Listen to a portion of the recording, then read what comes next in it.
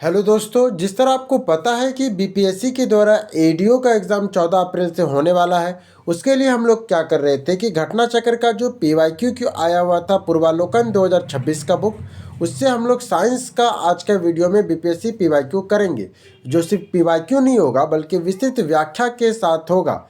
तो चलिए शुरू करते हैं। सबसे पहला टॉपिक हमारा फिजिक्स है, जिसमें हम लोग खत्म करेंगे और ये लगभग में 700 के आसपास 680 पेज का पीडीएफ है। चलिए शुरू करते हैं। पहला है मात्रक यूनिट। एंगस्ट्रम इकाई है। एंगस्ट्रम किसका इकाई है? तो ये आपका तरंगदैर्घ्य का इकाई है। एंगस्ट्रम तरंगदैर्घ्य। तरंगदैर्घ्य वेवलेंथ के मापन एंगस्ट्रॉम से किया जाता है। क्या बोलता है? तरंगदैर्घ्य वेवलेंथ का मापन एंगस्ट्रॉम में किया जाता है। एक एंगस्ट्रॉम बराबर 10⁻⁻10 मीटर होता है। एक एंगस्ट्रॉम बराबर क्या होता है? 10⁻⁻10 मीटर होता है। एंगस्ट्रॉम का प्रतीक क्या है? तो ए के ऊपर छोटा सा बिंदु होता है। फिर आता है प्रकाश वर्ष किसकी इकाई है? तो प्रकाश वर्ष आपका दूरी का इकाई है। प्रकाश वर्ष किसका इकाई है?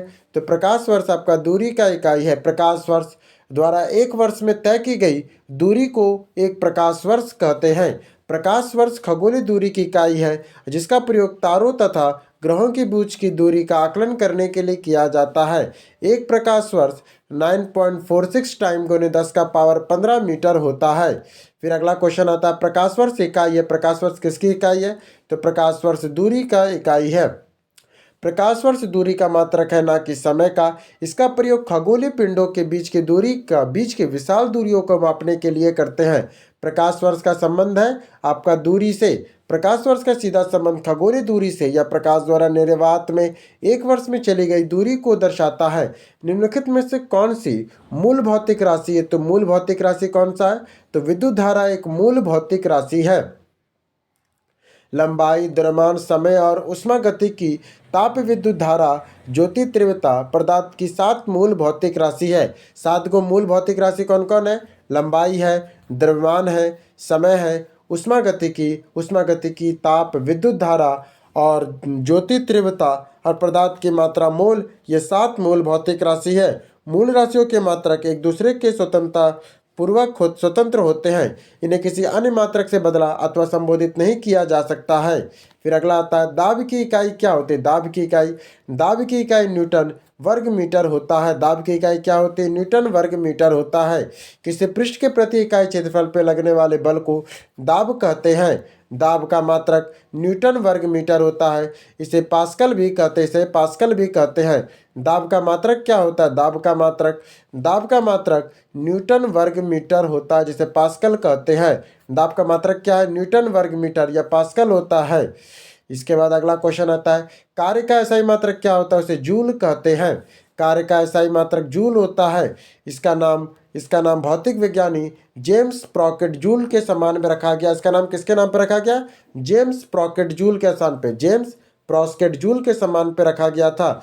यह एक अदिश राशि है। कार्य कैसा राशि है? तो क्या एक अदिश राशि है, जिसे बल और विस्थापन के गुणनफल के रूप में परिभाषित किया जाता है।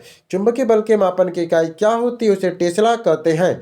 चुंबकीय क्षेत्र मैग्नेटिक फील्ड का मापन एसआई इकाई टेस्ला है। प्रश्न के संस्करण में मैग्नेटिक फील्ड दिया था, जिसका मात्रक टेस्ला होता है। हिंदी संस्करण में चुंबकीय फल लिखा है। फिर आता है हर्ज में क्या मापा जाता है? हर्ज से हम लोग आवृत्ति को मापते हैं। आवृत्ति फ्रीक्वेंसी एसआई का मात्रक हर्ज होता है। इसका संकेत एच जेड द्वारा प्रदर्शित किया जाता है। सामान्य मनुष्यों में 20 हर्ज से लेकर 20 किलो हर्ज तक की आवृत्ति को ध्वनि वो सुन सकता है।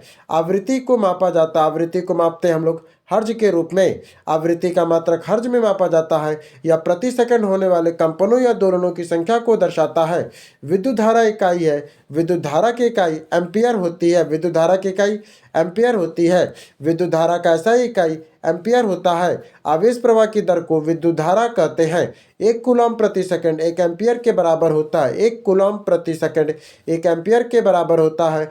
विद्युत शक्ति का इकाई क्या? विद्युत शक्ति का इकाई वाट होता है। विद्युत शक्ति P का एसआई मात्रक वाट होता है। विद्युत शक्ति का P बराबर V/I होता है। ऊर्जा का उपयोग हम लोग दर मापने के लिए करते हैं। ऊर्जा उपभोग की दर को मापता है। ऊर्जा जो है वो उपभोग की दर को मापता है। विद्युत शक्ति की इकाई क्या? विद्युत शक्ति की इकाई उसे वाट कहते हैं।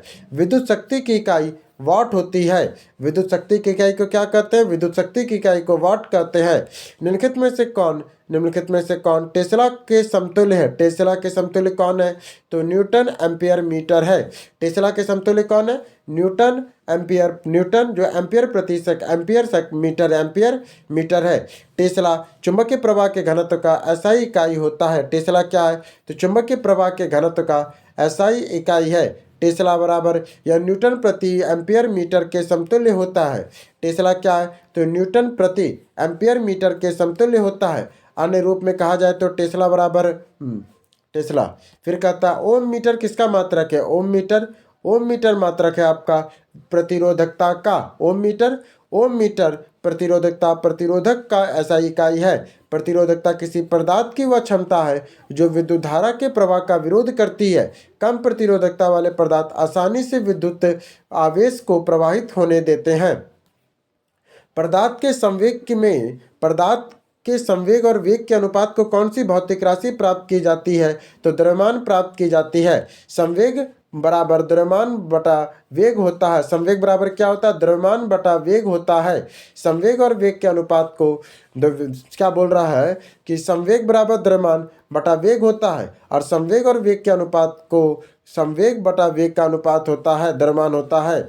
द्रव्यमान एक अदिश राशि, जो द्रव्यमान है वो एक अदिश राशि होती है। द्रव्यमान कैसा है? तो एक अदिश राशि है। निम्नलिखित में से किस एक राशि का कोई मात्रक ही नहीं होता? किसका मात्रक नहीं होता है? तो विकृति का कोई मात्रक नहीं होता है। प्रतिबल, बल और दाब का मात्रक होता है, पर विकृति का नहीं होता है। विकृति जिसे स्टेन एक विमाहीन राशि है जिसका कोई मात्रक नहीं होता है। इसकी वस्तु किसी वस्तु की विमा में आया परिवर्तन मूल विमा के अनुपात में विकृति कहते। क्या बोले? देखिए, किसी वस्तु की विमा में आया परिवर्तन मूल विमा के अनुपात को विकृति कहते हैं। प्रतिबल और दाब का मात्रक न्यूटन बाय मीटर स्क्वायर होता है। प्रतिबल और दाब के मात्रक न्यूटन मीटर स्क्वायर होता है। फिर आता है त्वरण ज्ञात करने का सही सूत्र क्या है? त्वरण को ज्ञात करने का सही सूत्र क्या है? ए इक्वल टू फर्क भी माइनस यू बराबर होता है। त्वरण कैसे ज्ञात करते हैं? तो ए इक्वल टू भी माइनस यू बाई टी। त्वरण ज्ञात करने का सूत्र भी माइनस यू बाई टी है। अगला देखिए, फिर कहता है त्वरण क्या है? तो वेग में परिवर्तन की दर को कहते हैं। त्वरण किसे कहते हैं? त्वरण होता है वेग में परिवर्तन की दर को त्वरण कहते हैं। इसका सूत्र ए इक्वल टू भी माइनस यू बाई टी होता है। भी माइनस यू बाई टी होता है, जहाँ भी अंतिम वेग यू, प्रारंभिक वेग टी समय है। यह न्यूटन के गति के नियम से संबंधित है। यह न्यूटन के गति के नियम से संबंधित है। बल गुणनफल होता है। बल का गुणनफल क्या होता है? द्रव्यमान गुणित त्वरण होता है। बल का गुणनफल क्या है? तो द्रव्यमान गुणित त्वरण बल का गुणनफल होता है। बल द्रव्यमान और त्वरण का गुणनफल होता है। बल जो होता है, क्या बोल रहा है?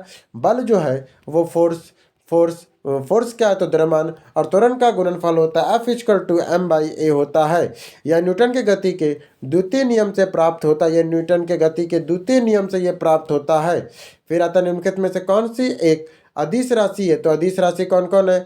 तो अदिश राशि आपका दाब एक अदिश राशि है। दाब एक अदिश राशि है क्योंकि इसे व्यक्त करने के लिए केवल परिणाम की आवश्यकता होती है। दाब एक अदिश राशि है क्योंकि इसे व्यक्त करने के लिए केवल परिणाम की आवश्यकता होती है।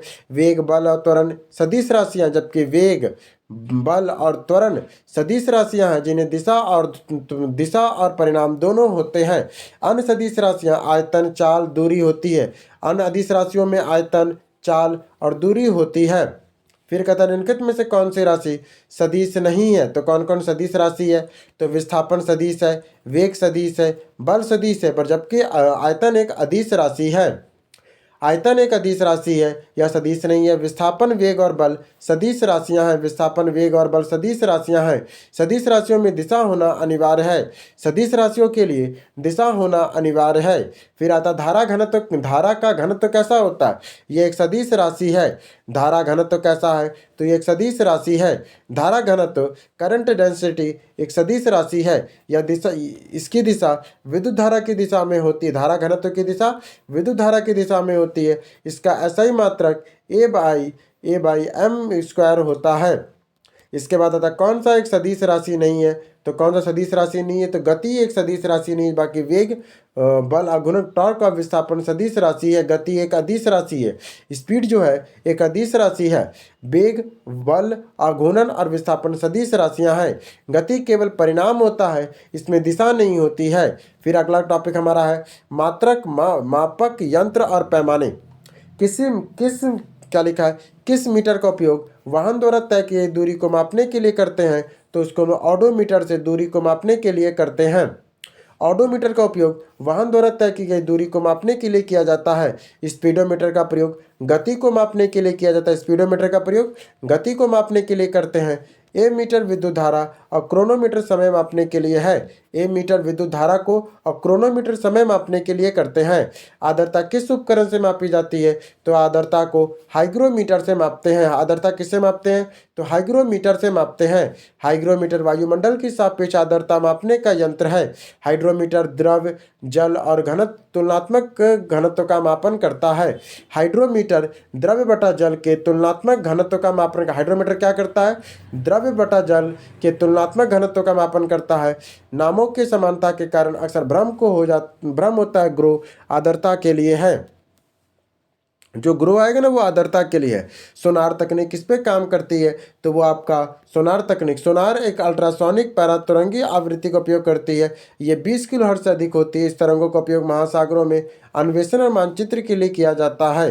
सोनार किस में काम करता है, सोनार आपका साउंड नेविगेशन और रेंजिंग, ये अल्ट्रासोनिक पराश्रय तरंगों का उपयोग करता है। किसमें करता है, अल्ट्रासोनिक पराश्रय तरंगों का प्रयोग करता है। इन तरंगों की आवृत्ति 20 किलोहर्ट्ज से अधिक होती है। इसका प्रयोग महासागरों में अन्वेषण और मानचित्र के लिए किया जाता है। निम्नलिखित में से कौन सा सही सुमेलित नहीं है, तो कौन कौन सही सुमेलित है। वोल्टमीटर विभवांतर को मापता है। वोल्टमीटर क्या मापता है, विभवांतर को। एमीटर विद्युत धारा को। पोटेशियोमीटर विद्युत वाहक बल को। गैल्वेनोमीटर विद्युत धारा का नहीं मापता है, गलत है। ओम विद्युत प्रतिरोध को तो ओम मीटर मापता है, गैल्वेनोमीटर कुछ और मापता है। गैल्वेनोमीटर निम्न लो विद्युत धारा को डिटेक्ट करता है, ना कि प्रतिरोध को। जो गैल्वेनोमीटर होता है ना, उसका प्रयोग हम लोग निम्न लो विद्युत धारा को डिटेक्ट करने के लिए करते हैं, ना कि प्रतिरोध के लिए। विद्युत प्रतिरोध का मापन ओम मीटर के द्वारा होता है। वोल्ट मीटर विभवांतर और एमीटर विद्युत धारा को मापता है, जबकि वोल्ट मीटर विभवांतर को, एमीटर विद्युत धारा को मापता है। विद्युत धारा निम्न में से किस उपकरण से मापी जाती है, तो विद्युत धारा को मापना है तो हमें ए मीटर चाहिए। क्या चाहिए, ए मीटर चाहिए। विद्युत धारा को मापने के लिए ए मीटर का उपयोग किया जाता है। वोल्ट मीटर का उपयोग विभवांतर मापने के लिए किया जाता है। ए मीटर को परिपथ में श्रेणी क्रम में जोड़ा जाता है। जो ए मीटर होता है ना, वो श्रेणी क्रम में जोड़ा होता है, जबकि वोल्ट मीटर का प्रयोग विभवांतर मापने के लिए करते हैं। अति सूक्ष्म लक्ष्य वस्तुओं को देखने के लिए किस प्रयोग किए जाने वाले प्रकाशीय उपकरण कौन है, जो अति सूक्ष्म उपकरणों को देखने के लिए हम लोग माइक्रोस्कोप का प्रयोग करते हैं। किसका प्रयोग करते हैं, माइक्रोस्कोप का। अति सूक्ष्म वस्तुओं को माइक्रोस्कोप सूक्ष्मदर्शी से देखा जाता है। यह एक प्रकाशीय तंत्र है जो सूक्ष्म वस्तुओं को स्पष्ट रूप से दिखता है। इसमें 2 उत्तल लेंस का प्रयोग होता है। माइक्रोस्कोप में क्या होता है, इसमें 2 उत्तल लेंसों का प्रयोग किया जाता है। फिर आता है मापक यंत्र और पैमाने। ऑडियोमीटर क्या मापता है, ऑडियोमीटर क्या मापता है। ऑडियोमीटर एक चित्कर्ष उपकरण है जिसका मुख्य कार्य श्वसन क्षमता, हेयरिंग एबिलिटी का परीक्षण करना है। यह ध्वनि की तीव्रता को डेसिबल पैमाने पर मापता है और यह जांचता है कि रोगी न्यूनतम किस स्तर पर सुन सकता है। यह सीधे बाहरी स्रोतों की तीव्रता से नहीं मापता, बल्कि मानव कान की संवेदनशीलता का आकलन करता है। घड़ी के समय को मापा जाता है। घड़ी में समय को किससे मापते हैं, तो क्वार्ट्ज क्रिस्टल्स द्वारा मापते हैं। घड़ी के समय का मापन कैसे करते हैं, तो क्वार्ट्ज क्रिस्टल द्वारा करते हैं। घड़ी में समय मापन के लिए क्वार्ट्ज क्रिस्टल का आवृत्ति मापन प्रदान करता है। क्वार्ट्ज क्रिस्टल रासायनिक रूप से सिलिकॉन डाइऑक्साइड होता है। क्वार्ट्ज क्रिस्टल क्या होता है, तो रासायनिक रूप से सिलिकॉन डाइऑक्साइड होता है क्वार्ट्ज क्रिस्टल। फिर आता है यह एक पीजो इलेक्ट्रिक प्रभाव है। फिर आता है एक जिप्टो बराबर किसका होता है, एक जिप्टो बराबर 10 का पावर -21 होता है। एक जिप्टो बराबर होता है 10 का पावर -21 होता है। एक जिप्टो 10 का पावर -21 के बराबर होता है। यह माप की बहुत छोटी इकाई है जिसका प्रयोग अक्सर परमाणु भौतिकी में करते हैं। 1 माइक्रोन बराबर होता है, 1 माइक्रोन किसके बराबर है, तो 1/1000 मिलीमीटर के बराबर है। 1 माइक्रोन बराबर होता है 1/1000 मिलीमीटर। 1000 मिलीमीटर का प्रयोग करते हैं। 1 माइक्रोन 10 का पावर 6 मीटर होता है। मिलीमीटर में बदलने के लिए 10 का पावर -6 टाइम या 10 का पावर 3 माइनस होता है मिलीमीटर में। अंततः 1 का पावर 1000 मिलीमीटर के बराबर होगा ये। फिर आता है 1 किलोमीटर क्या दर्शाता है, तो ये 1000 मीटर को दर्शाता है। 1 किलोमीटर 1000 मीटर को दर्शाती है। 100 मीटर 1 हेक्टामीटर को, जबकि 100 मीटर 1 हेक्टोमीटर को दर्शाती है, जबकि 100 सेंटीमीटर 1 मीटर को दर्शाती है। फिर कहता है एक पिकोग्राम के बराबर क्या होता है, एक पिकोग्राम के बराबर, तो एक पिकोग्राम के बराबर 10 का पावर -12 ग्राम होता है। एक पिकोग्राम बराबर 10 का पावर -12 ग्राम होता है। 10 का पावर -6 ग्राम एक माइक्रोग्राम होता है। 10 का पावर -9 ग्राम एक नैनोग्राम होता है। फिर कहता है पेंडुलम घड़ी की समय अवधि दोलन काल कितनी होती है, तो वो 2 सेकंड की होती है। पेंडुलम घड़ी सेकेंडरी पेंडुलम की समय अवधि या दोलन काल 2 सेकंड होता है। पेंडुलम गुरुत्वाकर्षण के प्रभाव को एक माध्यम स्थिति के आगे और पीछे दोलन करता है। कैसे करता है, आगे या पीछे दोलन करता है। अब आ जाइए यंत्र की मैकेनिक्स। मुक्त रूप से गिरते हुए पिंड की गतिज ऊर्जा लगातार कम होती रहती है। मुक्त रूप से गिरते हुए पिंड की स्थितिज ऊर्जा लगातार कम होती जाती, क्या लिखा है, अगर मान लीजिए मुक्त रूप से गिरते हुए पिंड की स्थितिज ऊर्जा लगातार कम होती जाती है, तो कम होती जाती है तो ऊर्जा संरक्षण के सिद्धांत का उल्लंघन नहीं है और गुरुत्वाकर्षण बल का उल्लंघन नहीं है। देखिए क्या बोल रहा है, मुक्त रूप से गिरते हुए पिंड में स्थितिज ऊर्जा कम होती है लेकिन गतिज ऊर्जा बढ़ती है। यह ऊर्जा संरक्षण के सिद्धांत का उल्लंघन नहीं है, बल्कि ऊर्जा के एक रूप से दूसरे रूप में रूपांतरण है। गुरुत्वाकर्षण बल एक संरक्षित बल है, इसीलिए इस नियम का उल्लंघन नहीं होता है। ठीक है, इसके बाद आता है अगला क्वेश्चन। निम्नलिखित में से कौन सा न्यूटन के गति के तीसरे नियम का उपयोग करता है। न्यूटन के गति के तीसरे नियम का प्रयोग कौन करता है, तो ये सभी करते हैं। तीरंदाज भी करता है, अंतरिक्ष रॉकेट भी करता है और वेचुरी मीटर भी करता है। न्यूटन का तीसरा नियम प्रत्येक क्रिया के समान और विपरीत प्रतिक्रिया होती है। तीरंदाजी हो या अंतरिक्ष रॉकेट, ये दोनों यह नियम को लागू करते हैं। रॉकेट में गैसों के पीछे हटना क्रिया रॉकेट क्रिया के आगे बढ़ना इसका उदाहरण है। फिर आता गति का सर्वप्रथम किसने परिभाषित किया था। गति को सर्वप्रथम किसने परिभाषित किया था, तो गैलीलियो ने परिभाषित किया था। गैलीलियो ने सर्वप्रथम एक समान रेखीय गति को परिभाषित किया। उसके अनुसार प्रति इकाई समय में तय की गई दूरी को गति कहते हैं। बाद में न्यूटन ने गति के नियमों को प्रतिपादित किया था। न्यूटन के गति के दूसरे नियम के अनुसार किसी वस्तु का त्वरण सीधे अनुपातिक होता है। न्यूटन के गति के दूसरे नियम के अनुसार किसी वस्तु का त्वरण सीधे अनुपातिक किसके होता है, तो वो वस्तु पे लगने वाले बल का होता है। न्यूटन के गति के द्वितीय नियम के अनुसार किसी वस्तु का त्वरण वस्तु पे आरोपित बल नेट फोर्स के सीधे अनुपातिक होता है। सूत्र होता है आपका बल बराबर द्रव्यमान बटा त्वरण होता है। त्वरण द्रव्यमान के व्युत्क्रमानुपाती होता है। द्रव्यमान जितना अधिक त्वरण उतना कम होगा। वॉशिंग मशीन का कार्यकारी सिद्धांत क्या है। वॉशिंग मशीन का कार्यकारी सिद्धांत क्या है, तो यह अपकेंद्रण पे करता है। वॉशिंग मशीन अपकेंद्रण के सिद्धांत पे कार्य करता है। इसमें अपकेंद्रीय बल सेंट्रीफ्यूगल फोर्स कार्य करता है। इसके केंद्र से बाहर की ओर होती है और दूध से मक्खन निकालने की मशीन भी इसी सिद्धांत पे कार्य करता है। किस वस्तु के स्थिर वेग पे बनाए रखने के लिए आवश्यक बल है। किसी वस्तु को स्थिर वेग पर बनाए रखने के लिए आवश्यक बल कौन सा है, तो वो आवश्यक बल आपका शुद्ध बल है। कौन सा बल है, तो वो आपका शुद्ध बल है। क्या कहते हैं, देखिए, किसी वस्तु को स्थिर वेग कांस्टेंट वेलोसिटी पे बनाए रखने के लिए शुद्ध बल शून्य होना चाहिए। यदि यह बल संतुलित है तो परिणामी बल शून्य होता है और वस्तु अपनी गति की अवस्था को बनाए रखता है। यह जड़त्व के नियम से संबंधित है। यह जड़त्व के नियम से संबंधित है। बॉल बेरिंग का प्रयोग स्थैतिक घर्षण को निम्नलिखित में से किसमें परिवर्तित करने के लिए करता है। बॉल बेरिंग का प्रयोग स्थैतिक घर्षण को निम्नलिखित में किसमें परिवर्तित करने के लिए किया जाता है, तो किसमें करते हैं, तो इसको करते हैं रोलिंग घर्षण में। किसमें करते हैं, रोलिंग घर्षण में। बॉल बेरिंग का प्रयोग स्थैतिक घर्षण को रोलिंग घर्षण में बदलने के लिए किया जाता है। जब कोई वस्तु किसी सतह पर लुढ़कती हुई आगने वाले घर्षण को रोलिंग घर्षण कर, जब कोई वस्तु किसी सतह पर लुढ़कती है तो लगने वाला जो घर्षण है वो रोलिंग घर्षण कहलाता है। रोलिंग घर्षण का मान सर्पी घर्षण से बहुत कम होता है। फिर आता है फुटबॉल में खेल में एक गोलकीपर फुटबॉल को गोल में पकड़ने के बाद अपने हाथों को पीछे की ओर खींचता है या गोलकीपर को किस प्रकार का सक्षम बनाता है, तो किसने सक्षम बनाता है, तो वो इसे संवेग संरक्षण संवेग परिवर्तन की दर को कम करने में सक्षम बनाता है। हाथ पीछे खींचकर गोलकीपर गेंद को रोकने के समय टाइम बढ़ा देता है। समय बढ़ने से गेंद पे लगने वाला बल संवेग परिवर्तन की दर को कम हो जाता है।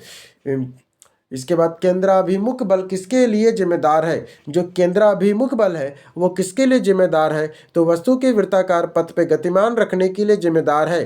केंद्राभिमुख बल सेंट्रिफ्यूगल फोर्स वस्तु को वृत्ताकार पथ पर गतिमान रखने के लिए आवश्यक है। यह बल गति की दिशा डायरेक्शन को लगातार बदलता है भले ही गति स्थिर हो। फिर आता है या डोरी से बंधी पत्थर को घुमाना, इसी का उदाहरण है। निम्नलिखित में से किस ऊर्जा परिवर्तन में घर्षण बल शामिल होता है, आपको बताना है कि किस ऊर्जा परिवर्तन में घर्षण बल शामिल होता है, तो गतिज ऊर्जा से ऊष्मा ऊर्जा में। घर्षण बल गति का विरोध करता है जिससे ऊर्जा की हानि होती है। घर्षण के कारण गतिज ऊर्जा मुख्य रूप से ऊष्मा ऊर्जा में परिवर्तित होती है। स्थिर स्थिति में कोई कार्य नहीं होता, ना कि ऊर्जा रूपांतरण। स्थिर गति में कोई कार्य नहीं होता है और ना ही ऊर्जा का रूपांतरण होता है। एक बस सीधे रास्ते पे चल रही है और अचानक दाईं ओर तेजी से मुड़ लेती है, तो बस में बैठे यात्री बाईं ओर झुकेंगे। किधर झुकेंगे? बाईं ओर झुकेंगे। जब कोई बस दाईं ओर मुड़ती है तो यात्रियों का शरीर जड़त्व का कारण सीधी दिशा में ही रहना चाहता है। अब परिणाम स्वरूप यात्री मोड़ के विपरीत दिशा यानी बाईं ओर झुक जाते हैं। यह न्यूटन के गति के प्रथम नियम का उदाहरण है।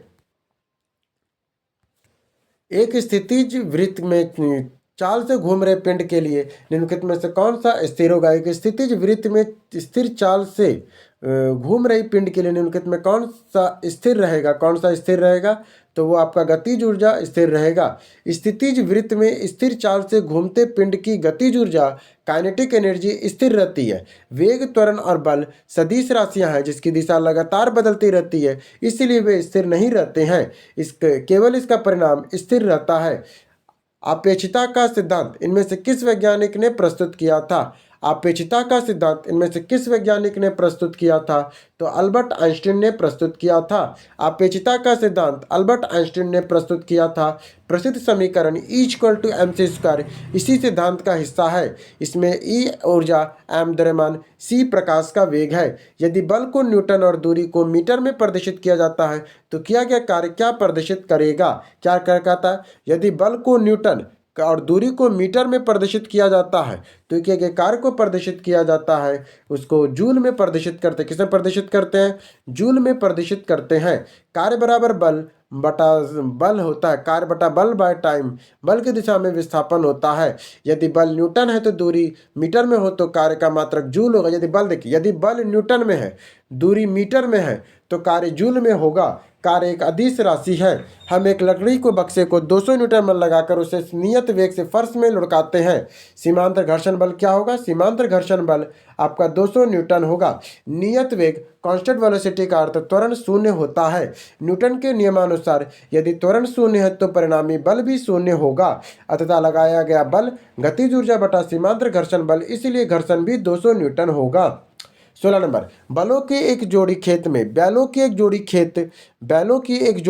खेत जोतते समय 140 न्यूटन का बल लगाती है। जोते गए खेत 15 मीटर लंबा है तो खेत की लंबाई जोतने में किया गया कार्य कितना होगा? तो 2100 जूल होगा। कार्य बराबर क्या होता है? फोर्स बटा विस्थापन। फोर्स कितना दे रहे हैं? 140 न्यूटन का दे रहे हैं। विस्थापन कितना हुआ है? 15 मीटर को हुआ, तो 15 गुने 140 2100 जूल होगा। एक कार का द्रव्यमान 1500, अब अगला क्वेश्चन है, एक कार का द्रव्यमान 1500 किलोग्राम है तो कार का वेग 30 किलोमीटर प्रति घंटा से 60 किलोमीटर प्रति घंटा तक बढ़ाने के लिए किया गया कार्य क्या होगा? तो वो होगा आपका 1,56,250 जूल। कार्य बराबर क्या होता है? गतिज ऊर्जा में परिवर्तन का हाफ mv²। ठीक है, तो वेग की ऊर्जा बराबर क्या होता है? मीटर प्रति सेकंड में बदलेंगे। 30 यहाँ मीटर है तो इसको 5/18 से किए और फिर 25/3 तो निकल गया। आइए अब अगला टॉपिक है गुरुत्व के अधीन गति, मोशन अंडर ग्रेविटी।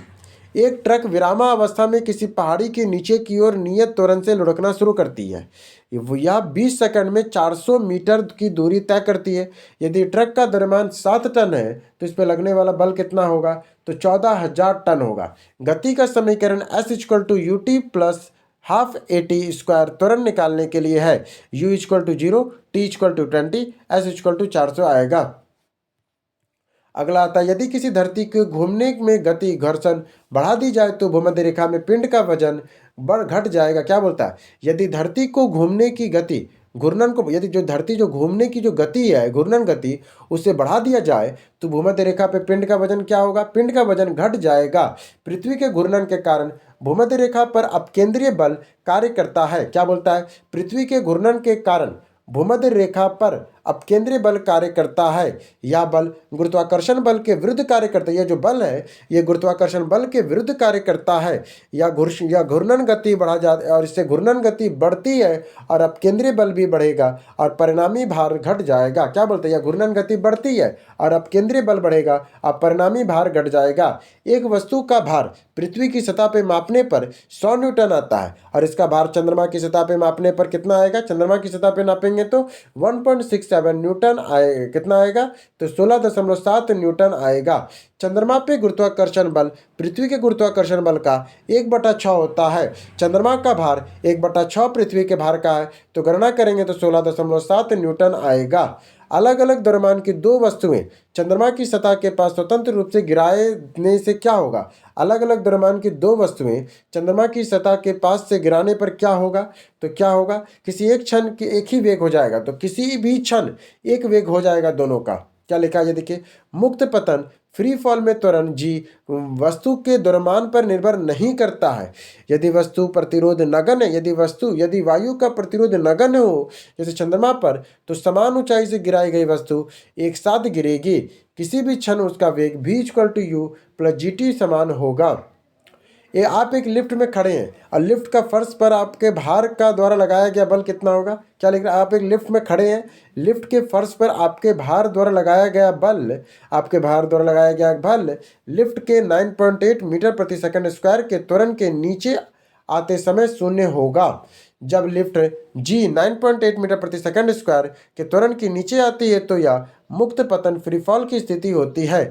आभासी भार r = mg - a होता है या a = g r = 0 होता है अतः फर्श पे लगने वाला बल शून्य होगा। भारहीनता की स्थिति में पृथ्वी की सतह पे गुरुत्वाकर्षण के कारण त्वरण लगभग पृथ्वी की सतह पर गुरुत्वाकर्षण के कारण त्वरण लगभग कितना होता है? तो 9.8 मीटर प्रति सेकंड स्क्वायर होता है।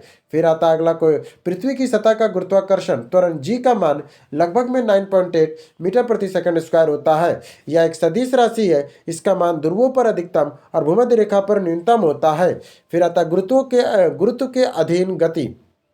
अगला क्वेश्चन, यदि एक पंख एक रबड़ की गेंद और एक लकड़ी की गेंद को निर्वात में एक समान ऊंचाई से स्वतंत्रता पूर्वक एक समान गिराई रहे तो क्या होगा? एक समान गिराएंगे तो तीनों एक साथ जमीन पे पहुंचेंगे। निर्वात में वायु प्रतिरोध शून्य होता है। निर्वात में वायु का प्रतिरोध शून्य होता है। इस स्थिति में गिरती हुई वस्तु का त्वरण g उसके द्रव्यमान पर निर्भर नहीं करता है। अंतिम वेग भी द्रव्यमान से स्वतंत्र होता है। जो अंतिम वेग भी है वह द्रव्यमान से स्वतंत्र होता है। इसलिए तीनों वस्तुएं एक साथ जमीन पर पहुंचेगी। चंद्रमा की सतह पर कोई वातावरण नहीं है क्योंकि चंद्रमा की सतह पर आपको कोई वातावरण नहीं मिलेगा क्योंकि गैसीय अणुओं के पलायन वेग उनके वेग के मध्य के वर्ग के कम होती। क्या बढ़िया देखिए, चंद्रमा की सतह पे कोई वातावरण नहीं है। क्यों नहीं है? चंद्रमा की सतह पे कोई वातावरण नहीं है। क्योंकि गैस अणुओं के पलायन वेग उसके वेग के मूल माध्य वर्ग से कम होते हैं। गैसों के अणुओं का पलायन वेग उनके वेग के मूल माध्य वर्ग से कम होता है। चंद्रमा का गुरुत्वाकर्षण बल कम होने के कारण वहां पलायन वेग बहुत कम होता है।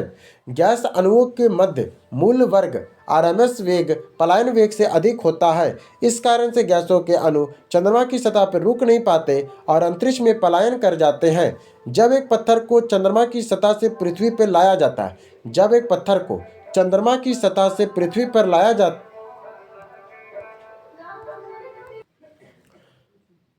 जब एक पत्थर को चांद की सतह से पृथ्वी पर लाया जाता है तो इसका भार बदल जाएगा, परंतु द्रव्यमान नहीं। जब एक पत्थर को चांद की सतह से पृथ्वी पर लाया जाएगा तो क्या होगा? इसका भार बदल जाएगा, परंतु द्रव्यमान कभी नहीं बदलता है। द्रव्यमान एक स्थिर राशि है। द्रव्यमान जो है एक स्थिर राशि है जो स्थान बदलने पर नहीं बदलती है, जबकि भार एक गुरुत्वीय त्वरण पर निर्भर होती है। जो भार होता है वे गुरुत्वीय त्वरण पर निर्भर है। और W=mg। पृथ्वी पर g का मान चंद्रमा से अधिक है। पृथ्वी पर g का मान चंद्रमा से अधिक है, इसलिए धरती का भार धरती से पत्थर का भार यहाँ बढ़ जाता है, लेकिन चंद्रमा पे वही रहता है। यदि किसी वस्तु के बीच दो दुगनी कर दी जाए तो उनके बीच गुरुत्वाकर्षण बल का क्या होगा? यदि दो वस्तुओं के बीच की दूरी को दुगनी कर दी जाए तो उनके बीच का गुरुत्वाकर्षण बल का क्या होगा? तो वो 1/4 हो जाएगी। यदि दो वस्तुओं के बीच की दूरी को दुगनी कर दिया जाए तो उनके बीच के गुरुत्वाकर्षण बल का क्या होगा? तो यह 1/4 हो जाएगी। गुरुत्वाकर्षण बल दूरी के वर्ग के व्युत्क्रमानुपाती होता है, और यह दूरी दुगनी 2r हो जाए तो बल 1/2 का स्क्वायर या 1/4 हो जाएगा। अतः बल घटकर 1/4 रह जाएगी। स्थूल पदार्थों का गुण। एक दिन में पानी पर साबुन की फिल्म प्रकाश तरंगों के व्यक्तीकरण के कारण सुंदर और रंगीन दिखाई देती है। दिन में पानी पर साबुन की फिल्म प्रकाश तरंगों के व्यक्तीकरण के कारण सुंदर और रंगीन दिखाई देती है। इसका कारण क्या है? इसका कारण है प्रकाश का व्यक्तीकरण। क्या कारण है? व्यक्तीकरण। साबुन के बुलबुले या पानी पर तेल की परत का रंगीन दिखाई देना प्रकाश के व्यक्तीकरण इंटरफेरेंस का परिणाम है। जब श्वेत प्रकाश पतली फिल्म की ऊपरी और निचली सतहों पर परावर्तित होती है तो व्यक्तीकरण होता है। एक ठोस सीधे गैस में परिवर्तित हो जाता है, इसे ऊर्ध्वापातन कहते हैं। ठोस पदार्थ का द्रव में बदले बिना सीधे गैस में बदलना ऊर्ध्वापातन कहलाता है। उदाहरण के लिए कपूर, आयोडीन, सूखी बर्फ है। गैस से सीधे ठोस बनने की प्रक्रिया को निक्षेपण कहते हैं। गैस से सीधे ठोस बनाने की प्रक्रिया को निक्षेपण कहते हैं। विंडो या घरेलू क्लीनर पर परफ्यूम स्प्रे के रूप में इस्तेमाल की जाने वाली स्प्रे बोतल में किस पर काम करती है? क्या बोलता है? विंडो या घरेलू क्लीनर पर परफ्यूम स्प्रेयर के रूप में इस्तेमाल की जाने वाली स्प्रे बोतलों पर किस पर ये काम करती है? तो किस पर काम करती है? ये बर्नौली के सिद्धांत पर काम करती है। स्प्रे बोतल बर्नौली के सिद्धांत पर कार्य करती है। हवा की तेज गति कम दबाव का क्षेत्र बनाती है, जिससे द्रव नली में ऊपर चढ़कर फुहार के रूप में निकलती है। यह सिद्धांत डेनियर बर्नौली के द्वारा दिया गया था। यह सिद्धांत को डेनियर बर्नौली द्वारा दिया गया था। बर्फ का एक टुकड़ा पानी में लबालब भरे बीकर से तैर रहा है। जब वह पूरी बर्फ पिघल जाए तब क्या होगा? तो जल स्तर वही रहेगा, नहीं बदलता है। आर्किमिडीज के सिद्धांत के अनुसार तैरती हुई बर्फ अपने भार के बराबर पानी विस्थापित करती है। पिघलने पे बर्फ उसी आयतन को ग्रहण कर लेती है जो उसने विस्थापित किया है, अतः जल स्तर में कोई परिवर्तन नहीं होता है। वर्षा की बूंदों के गोलाकार आकृति का कारण क्या है? वर्षा की जो बूंदें हैं वो गोलाकार होने की आकृति का कारण क्या है? तो इसका कारण है पृष्ठीय तनाव। वर्षा की बूंदों का गोला होना पृष्ठीय तनाव सरफेस टेंशन के कारण होता है। द्रव की सतह सिकुड़कर न्यूनतम क्षेत्रफल घेरने की प्रवृत्ति रखती है और दिए गए आयतन में गोले शेप का पृष्ठीय क्षेत्रफल सबसे कम होता है। सबसे ज्यादा सन्यता कहाँ होती है? तो शहद में। सन्यता सबसे ज्यादा कहाँ मिलेगी? तो शहद में मिलेगी। सन्यता द्रवों के गाढ़ेपन और प्रवाह के प्रतिरोध का मापन है। सन्यता क्या है? तो द्रवों के गाढ़ेपन और प्रवाह के प्रतिरोध का माप है। शहद अन्य विकल्प जैसे जल, वायु, खून की तुलना में सबसे अधिक गाढ़ा होता है और इसकी सन्यता सबसे अधिक होती है। सबसे अधिक सन्यता खून, शहद क्या कहते हैं? शहद का, फिर खून, जल, और सबसे कम सन्यता होता है वायु का। प्रेशर कुकर में खाना जल्दी पक जाता है क्योंकि उच्च दाब के कारण पानी उच्च तापमान पे उबलने लगता है। प्रेशर कुकर में खाना जल्दी क्यों पकता है? क्योंकि उच्च दाब के कारण पानी उच्च तापमान पे उबलने लगता है। प्रेशर कुकर के अंदर उच्च दाब हाई प्रेशर बन जाता है और दाब बढ़ने से पानी का क्वथनांक बॉइलिंग पॉइंट बढ़ जाता है, जैसे 120 डिग्री। अधिक तापमान पे खाना तेजी से पकता है। फिर आता है प्रकाश परावर्तन और अपवर्तन, अगला टॉपिक है। दृश्य स्पेक्ट्रम का तरंगदैर्घ्य सीमा कितना है? दृश्य स्पेक्ट्रम का तरंगदैर्घ्य सीमा 3900 एंगस्ट्रॉम से 4600 एंगस्ट्रॉम तक होता है। दृश्य प्रकाश विजिबल लाइट का तरंगदैर्घ्य सामान्यतः 3900 से लेकर 4600 या 400 एनएम से लेकर 700 एनएम के बीच होता है। नासा के अनुसार यह सीमा 380 एनएम से 700 एनएम है। परीक्षा में निकटतम विकल्प होगा इसका। सौर विकिरण निम्न में से किस पारस पे दिखता है? जो सौर विकिरण है निम्न में किस पारस में दिखता है? तो सौर विकिरण हमें 400 से लेकर 700 एनएम में दिखता है। सौर विकिरण किस पारस में दिखता है? तो 400 से लेकर 700 एनएम में दिखता है। सौर विकिरण का दृश्य भाग 400 एनएम से 700 एनएम के बीच होता है। यह प्रकाश है या वह प्रकाश है जिसे मानव नेत्र देख सकते हैं। दो कैंडला का एक संवेदिक क्षेत्र जितना प्रकाश फ्लक्स पैदा करता है वह क्या है? तो 8 पीआई ल्यूमेन है। क्या कहता है? दो कैंडला का एक समदिक स्रोत जितना प्रकाश फ्लक्स पैदा करता है वह 8 पीआई ल्यूमेन होता है। ज्योति फ्लक्स एफ का एसआई मात्रक ल्यूमेन होता है। ज्योति फ्लक्स एफ का एसआई मात्रक ल्यूमेन है। एफ बराबर P4PI है जहां आई कैंडला होता है। सही कथन को चुनना है। सही कथन क्या है आपका? कि लाल प्रकाश का तरंगदैर्घ्य बैगनी प्रकाश से ज़्यादा होता है। लाल रंग का जो प्रकाश का तरंगदैर्घ्य है वो बैगनी प्रकाश से ज़्यादा है। लाल रंग का तरंगदैर्घ्य दृश्य स्पेक्ट्रम में सबसे अधिक होता है। लाल रंग का तरंगदैर्घ्य स्पेक्ट्रम सबसे अधिक होता है।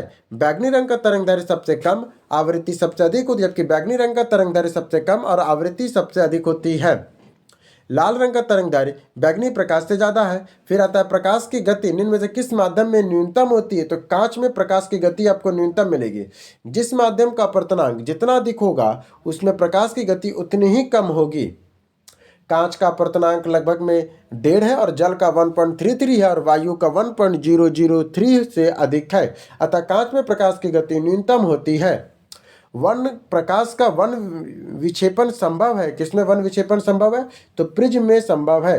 प्रकाश का वन विक्षेपण प्रिज्म द्वारा संभव है। जब श्वेत प्रकाश प्रिज्म से गुजरता है तो वह अपने 7 अवयव में विभाजित हो जाता है। यह विभिन्न रंगों में अलग अलग अपवर्तनांक के कारण होता है।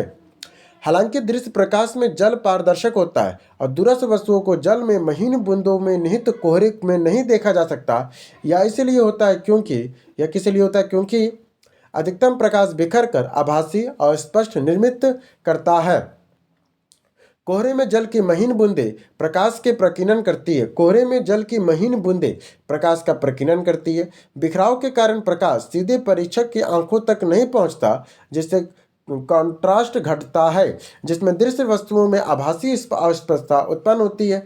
एक वर्षी प्रकाश एक माध्यम से दूसरे माध्यम में प्रवेश करता है तो निम्नलिखित में से कौन सा गुण नहीं बदलता? एक वर्षी प्रकाश एक माध्यम से दूसरे माध्यम में प्रवेश करता है, निम्नलिखित में से कौन सा गुण नहीं बदलता है? तो कौन सा गुण नहीं बदलता? आवृत्ति नहीं बदलती है कभी भी, आयाम वेग बदल सकता है।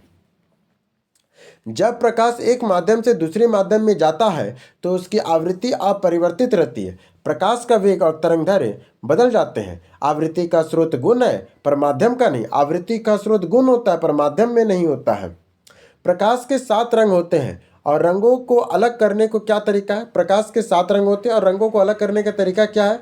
उन्हें एक प्रिज्म से रंगों को अलग किया जा सकता है। एक प्रिज्म से रंगों को अलग किया जा सकता है। श्वेत प्रकाश के उनके 7 घटक रंगों में अलग करने के लिए प्रिज्म का उपयोग किया जाता है। इस घटना का विक्षेपण कहते हैं।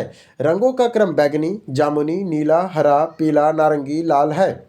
श्वेत प्रकाश को नलों में कैसे उत्पन्न होती है? श्वेत प्रकाश को नली में कैसे उत्पन्न करते हैं? तो तंतु को गर्म करके। ट्यूबलाइट नली में श्वेत प्रकाश उत्पन्न करने के लिए तंतु फिलामेंट को गर्म किया जाता है। इसमें इलेक्ट्रॉन उत्सर्जित होते हैं जो पारे के वाष्प को आयनित होते हैं। यह प्रक्रिया यूवी किरणों की उत्पन्न करती है जो प्रतिदीप्ति लेप से टकराकर श्वेत प्रकाश देती है। ट्यूबलाइट प्रकाश किस पर निर्भर करती है? जो ट्यूबलाइट का प्रकाश है वो किस पर निर्भर करती है? तो वो ट्यूब में ठोस धातु प्रदीप्ति पे करती है। क्या बोलता है? ट्यूबलाइट का जो प्रकाश है वो किस पर निर्भर करता है? तो ट्यूब में ठोस धातु के प्रतिदीप्ति पर निर्भर करती है। ट्यूबलाइट में प्रकाश का रंग उत्सर्जन ट्यूब के आंतरिक सतह पर लेपित प्रदीप्ति पदार्थ पर निर्भर करता है। यह लेप अदृश्य पराबैंगनी किरणों यूवी में प्रकाश दृश्य प्रकाश में बदलता है। ट्यूब में पारे का वाष्प और आर्गन में गैस भरी थी। ट्यूब में पारे की वाष्प और आर्गन गैस भरी होती है। जब प्रकाश एक माध्यम से दूसरे माध्यम में जाता है तो निम्न में से कौन सी क्रिया नहीं बदलती है? तो कौन सा नहीं बदलता है? तो उसका आवृत्ति कभी नहीं बदलेगा, बाकी सब बदलेगा। अपवर्तन के दौरान प्रकाश की आवृत्ति फ्रीक्वेंसी स्थिर रहती है। वेग और तरंगदैर्घ्य माध्यम के घनत्व के अनुसार बदल सकते हैं। वेग और जो तरंगदैर्घ्य होता है वो माध्यम में घनत्व के अनुसार बदल सकते हैं। प्रकाश के विकिरणों की प्रकृति होती है। प्रकाश के विकिरणों की प्रकृति कैसी है? तरंग और कण दोनों समान होते हैं। प्रकाश के विकिरणों की प्रकृति तरंग और कण दोनों में समान होती है। परीक्षा उपयोगी अगरता से देखा जाए तो प्रकाश डुअल नेचर को प्रदर्शित कर, जो प्रकाश होता है वो डुअल नेचर को प्रदर्शित करता है। वो कभी तरंग वेव होता है तो कभी कण पार्टिकलर हो या प्रोटॉन, दोनों के गुण होते हैं। व्यक्तीकरण और विवर्तन तरंग की प्रकृति का प्रमाण है। जो व्यक्तीकरण होता है या विवर्तन होता है वो तरंग की प्रकृति का प्रमाण है, जबकि जो प्रकाश विद्युत प्रभाव वो कण प्रकृति के लिए है। प्रकाश विद्युत प्रभाव ये कण की प्रकृति का है। फिर कहता है विवर्तन मंजरी क्या है? विवर्तन मंजरी का उपयोग करके विवर्तन पैटर्न प्राप्त करने के लिए नीली रोशनी की किरणों का उपयोग किया जाता है। या नीली रोशनी के स्थान पर पीली रोशनी का प्रयोग किया जाए तो विवर्तन पैटर्न व्यापक और दूर दूर हो जाता है। विवर्तन पैटर्न व्यापक और दूर दूर हो जाता है। विवर्तन पैटर्न की चौड़ाई तरंगदैर्घ्य के समानुपाती होती है। पीली रोशनी की तरंगदैर्घ्य नीली रोशनी से अधिक होती है, अतः पीली रोशनी का उपयोग करने से फ्रिजें चौड़ी हो जाएगी और पैटर्न व्यापक, वाइड और दूर दूर हो जाएगा। आकाश नीला लगता है क्योंकि आकाश नीला क्यों लगता है? क्योंकि लघु तरंग। आकाश नीला क्यों लगता है? क्योंकि लघु तरंग दैर्घ्य के अपेक्षा वायुमंडल अधिक प्रकीर्णन होती है। लघु तरंग दैर्घ्य की अपेक्षा वायुमंडल अधिक प्रकीर्णन होती है। आकाश का नीला रंग प्रकाश के प्रकीर्णन के कारण होता है। रिले प्रकीर्णन के अनुसार कम तरंगदैर्घ्य लघु तरंगदैर्घ्य वाले प्रकाश का प्रकीर्णन अधिक होता है। नीला रंग कम तरंगदैर्घ्य, लाल रंग दीर्घ तरंगदैर्घ्य की तुलना में वायुमंडल में अधिक बिखरा है। वह घटना जिसके कारण आकाश नीला दिखाई देता है वो कहलाता है प्रकाश का प्रकीर्णन। प्रकाश के प्रकीर्णन के कारण यह घटना प्रकाश की प्रकीर्णन के कहलाती है। वायुमंडल में धूल कण और गैसों के अणु सूर्य के प्रकाश के सभी दिशाओं में बिखेरते हैं और नीले रंग का प्रकीर्णन सर्वाधिक प्रभावी रूप से होता है, जिससे आकाश नीला दिखाई देता है। फिर आता है रातों के समय खुले आकाश में तारे के टिमटिमाने को किससे समझाया जा सकता है? तो इसे हम लोग देखो तारों का टिमटिमाना बोल रहा था, ये प्रकाश का अपवर्तन से समझा सकते हैं। तारों का टिमटिमाना वायुमंडलीय अपवर्तन का कारण है। वायुमंडल की विभिन्न परतों का घनत्व तापमान में लगातार बदलता रहता है। इससे तारों में आने वाली रोशनी का मार्ग विचलित होता रहता है, जिससे तारे टिमटिमाते हुए प्रतीत होते हैं। निम्न में से कौन सी छाया की प्रकृति के लिए जिम्मेदार है? छाया की प्रकृति के लिए कौन जिम्मेदार है? प्रकाश का ऋजु रेखीय प्रकाश। निम्नलिखित में से छाया की प्रकृति के लिए कौन जिम्मेदार है? तो प्रकाश का ऋजु रेखीय प्रसार जिम्मेदार है। छाया बनाने के कारण प्रकाश का ऋजु रेखीय प्रसार है। प्रकाश सीधी रेखा से चलता है। जब कोई अपारदर्शी वस्तु प्रकाश के मार्ग को रोकती है तो उसके पीछे अंधकारमय क्षेत्र बन जाता है। फिर कहता है 20 सेंटीमीटर फोकस दूरी के एक उत्तल लेंस की सतह पर सफेद घोड़े का प्रतिबिंब बनाने के लिए बड़ी संख्या में काले रंग की पतली पट्टियां बनाई जाती है। वह प्रतिबिंब कैसा होगा? तो वह प्रतिबिंब कम चमक वाला घोड़ा का होगा। क्या बोलता है? 20 सेंटीमीटर फोकस दूरी के एक उत्तल लेंस की सतह पर सफेद घोड़े का प्रतिबिंब बनाने के लिए बड़ी संख्या में काले रंग की पतली पट्टियां बनाई जाती है। वह प्रतिबिंब कैसा होगा? तो वह कम चमक वाला एक घोड़ा होगा। लेंस पर काली पट्टी लगाने से प्रतिबिंब का आकार में कोई रूप नहीं बदलता। घोड़ा जेब्रा नहीं बनेगा। वही काली पट्टियों के लेंस को प्रभावी द्वारक एप्रीट्यूड को कम कर देता है, जिससे गुजरने वाली प्रकाश की मात्रा घट जाती है। परिणाम स्वरूप प्रतिबिंब की तीव्रता कम हो जाती है, यानी कम चमक वाला घोड़ा बनेगा। इसके बाद आता है आपका एक उत्तल लेंस की फोकस दूरी f 10 सेंटीमीटर है। पानी में इस डुबाने पर वह कैसा कार्य करेगा? तो वो f 10 सेंटीमीटर से उत्तल लेंस की तरह दिखेगा। जब किसी लेंस को एक ऐसे द्रव में डुबोया जाता है जिसका अपवर्तनांक लेंस के अपवर्तनांक से कम हो, जैसे पानी, तो उसकी फोकस दूरी बढ़ जाती है। लेंस की प्रकृति उत्तल और अवतल हो जाती है। लेंस की प्रकृति उत्तल से अवतल हो जाती है, लेंस की प्रकृति उत्तल अवतल वही रहती है, बस पानी में फोकस दूरी लगभग में 4 गुना हो जाती है। ओहो, पानी में फोकस दूरी लगभग में 4 गुना हो जाती है। दृष्टि खराबी में निकट दृष्टि दोष डैश के लिए जाना जाता है, तो निकट दृष्टि दोष किसके लिए जानते हैं? निकट दृष्टि दोष निकट दृष्टि दोष अंग्रेजों में मायोपिया कहते हैं, इसके मायोपिया नहीं है। निकट दृष्टि दोष को क्या कहते हैं? मायोपिया कहते हैं। जबकि हाइपरमेट्रोपिया दूरदृष्टि दोष और प्रोबायोमिया जरा दृष्टि दोष है। मायोपिया वह बीमारी है जिससे व्यक्ति देख नहीं पाता है। मायोपिया वह बीमारी है जिससे व्यक्ति देख नहीं पाता है। क्या नहीं देख पाता है? दूर की वस्तुओं को नहीं देख पाता। मायोपिया वह बीमारी है जिसमें व्यक्ति देख नहीं पाता है दूर की वस्तुओं को, क्योंकि उसको निकट दृष्टि दोष हुआ है। जबकि हाइपरमेट्रोपिया दूर दृष्टि दोष है, जो उसको सामने का चीज नहीं दिखता है। मायोपिया निकट दृष्टि दोष व्यक्तियों के पास की वस्तुओं को तो साफ देख सकता है, लेकिन दूर की वस्तुओं को नहीं देख पाता है। इसमें प्रतिबिंब की रेटिना में बनने पहले से ही बन जाता है, कारण नेत्र लेंस के गोलाई बढ़ने से फोकस दूरी का घट जाना। निकट दृष्टि दोष किसके उपाय के उपयोग के उपचारित किया जाता है? निकट दृष्टि दोष के उपयोग के लिए क्या करते हैं? अवतल लेंस का प्रयोग करते हैं। निकट दृष्टि दोष मायोपिया के निवारण के लिए अवतल लेंस कॉन्केव लेंस का प्रयोग करते हैं। अवतल लेंस प्रकाश किरणों को अपसारित कर देता है ताकि प्रतिबिंब सही जगह रेटिना पर बने। उत्तल लेंस का प्रयोग दूर दृष्टि दोष के लिए करते हैं। दृष्टि दोष जिसमें व्यक्ति दूर की वस्तुओं को स्पष्ट नहीं देख पाता लेकिन पास की वस्तुओं को स्पष्ट देख पाता है, वह दृष्टि दोष को क्या कहते हैं? तो उस दृष्टि दोष को हम लोग निकट दृष्टि दोष कहते हैं। यह परिभाषा निकट दृष्टि दोष की है। नाम में निकट का अर्थ है कि निकट की दृष्टि सही है, दूर दोष का नहीं है। दीर्घ दृष्टि में दूर का साफ दिखता है, पास का नहीं। अवतल दर्पण द्वारा बनाया गया प्रतिबिंब वास्तविक, उल्टा और वस्तु के आकार के बराबर होता है। क्या बोलता है? अवतल दर्पण द्वारा बनाया गया प्रतिबिंब वास्तविक, उल्टा और वस्तु के आकार में बराबर होता है। वस्तु की स्थिति कैसी होनी चाहिए? वस्तु की स्थिति कैसी होनी चाहिए? वक्रता केंद्र पर। वस्तु की स्थिति कहाँ हो? देखिए, अवतल दर्पण पे बनाया गया प्रतिबिंब वास्तविक है, उल्टा है और वस्तु के आकार का है। वास्तविक है, उल्टा है, वस्तु के आकार का है, तो वस्तु की स्थिति कैसी होगी? तो वक्रता केंद्र पर होगी। वक्रता केंद्र पर होगी। वक्रता केंद्र पर है। जब वस्तु अवतल दर्पण के वक्रता केंद्र पर रखी जाती है तो प्रतिबिंब भी वक्रता केंद्र पर ही बनता है। जब वस्तु को अवतल दर्पण के वक्रता केंद्र पर रखी जाती है तो प्रतिबिंब भी वक्रता केंद्र पर ही बनता है। यह प्रतिबिंब वास्तविक, उल्टा और वस्तु के समान आकार का होता है। अनंत पर होने पर प्रतिबिंब फोकस पर बनता है। अनंत पर होने पर प्रतिबिंब फोकस पे बनता है। जब एक टेलीस्कोप का अभिदृशक लेंस का व्यास बढ़ता है, जब एक टेलीस्कोप के अभिदृशक का लेंस का व्यास बढ़ता है तब टेलीस्कोप की विभेदन क्षमता भी बढ़ती है। जब एक टेलीस्कोप के अभिदृशक लेंस का व्यास बढ़ता है तो टेलीस्कोप की विभेदन क्षमता भी बढ़ती है। टेलीस्कोप की विभेदन क्षमता रिसॉल्विंग पावर अभिदृशक लेंस ऑब्जेक्टिव लेंस के व्यास के अनुक्रमानुपाती होता है। सूत्र है PR फोटोड। जितना बड़ा व्यास उतनी ही अधिक प्रकाश ग्रहण क्षमता और विभेदन होगी। जब दो निकटवर्ती वस्तुओं के बीच का अंतर करने की क्षमता। यदि किसी ऐनक के लेंस की शक्ति +2 डायोप्टर हो तो उसकी फोकस दूरी, यदि किसी ऐनक की लेंस की शक्ति +2 डायोप्टर हो तो उसकी फोकस दूरी 50 सेंटीमीटर होगा। लेंस की शक्ति को P और फोकस दूरी F के संबंध है। सेंटीमीटर 0.5 है तो 50 सेंटीमीटर। सौर भट्टी में किसका प्रयोग करते हैं? तो अवतल दर्पण का करते हैं। सौर भट्टी सोलर पैनल में बड़े अवतल दर्पण में कॉन्केव मिरर का उपयोग करते हैं। अवतल दर्पण सूर्य के समानांतर किरणों की एक बूंद फोकस पे केंद्रित करता है। इससे उस बिंदु पर अधिकतम उच्च तापमान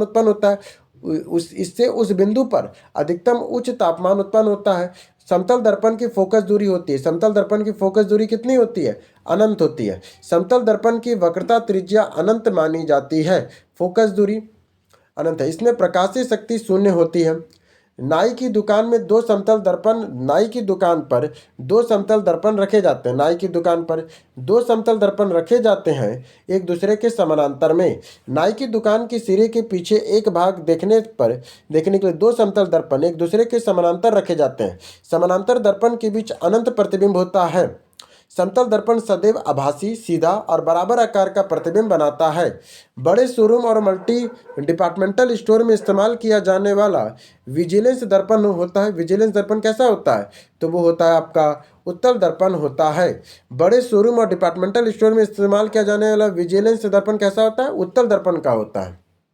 विजिलेंस निगरानी दर्पण के रूप में उत्तल दर्पण कॉन्वेक्स मिरर का उपयोग करते हैं। यह एक बहुत बड़े वाइड फील्ड और व्यू को छोटा और सीधा प्रतिबिंब दिखाता है। वाहनों के साइड मिरर में भी उत्तल दर्पण का ही प्रयोग करते हैं।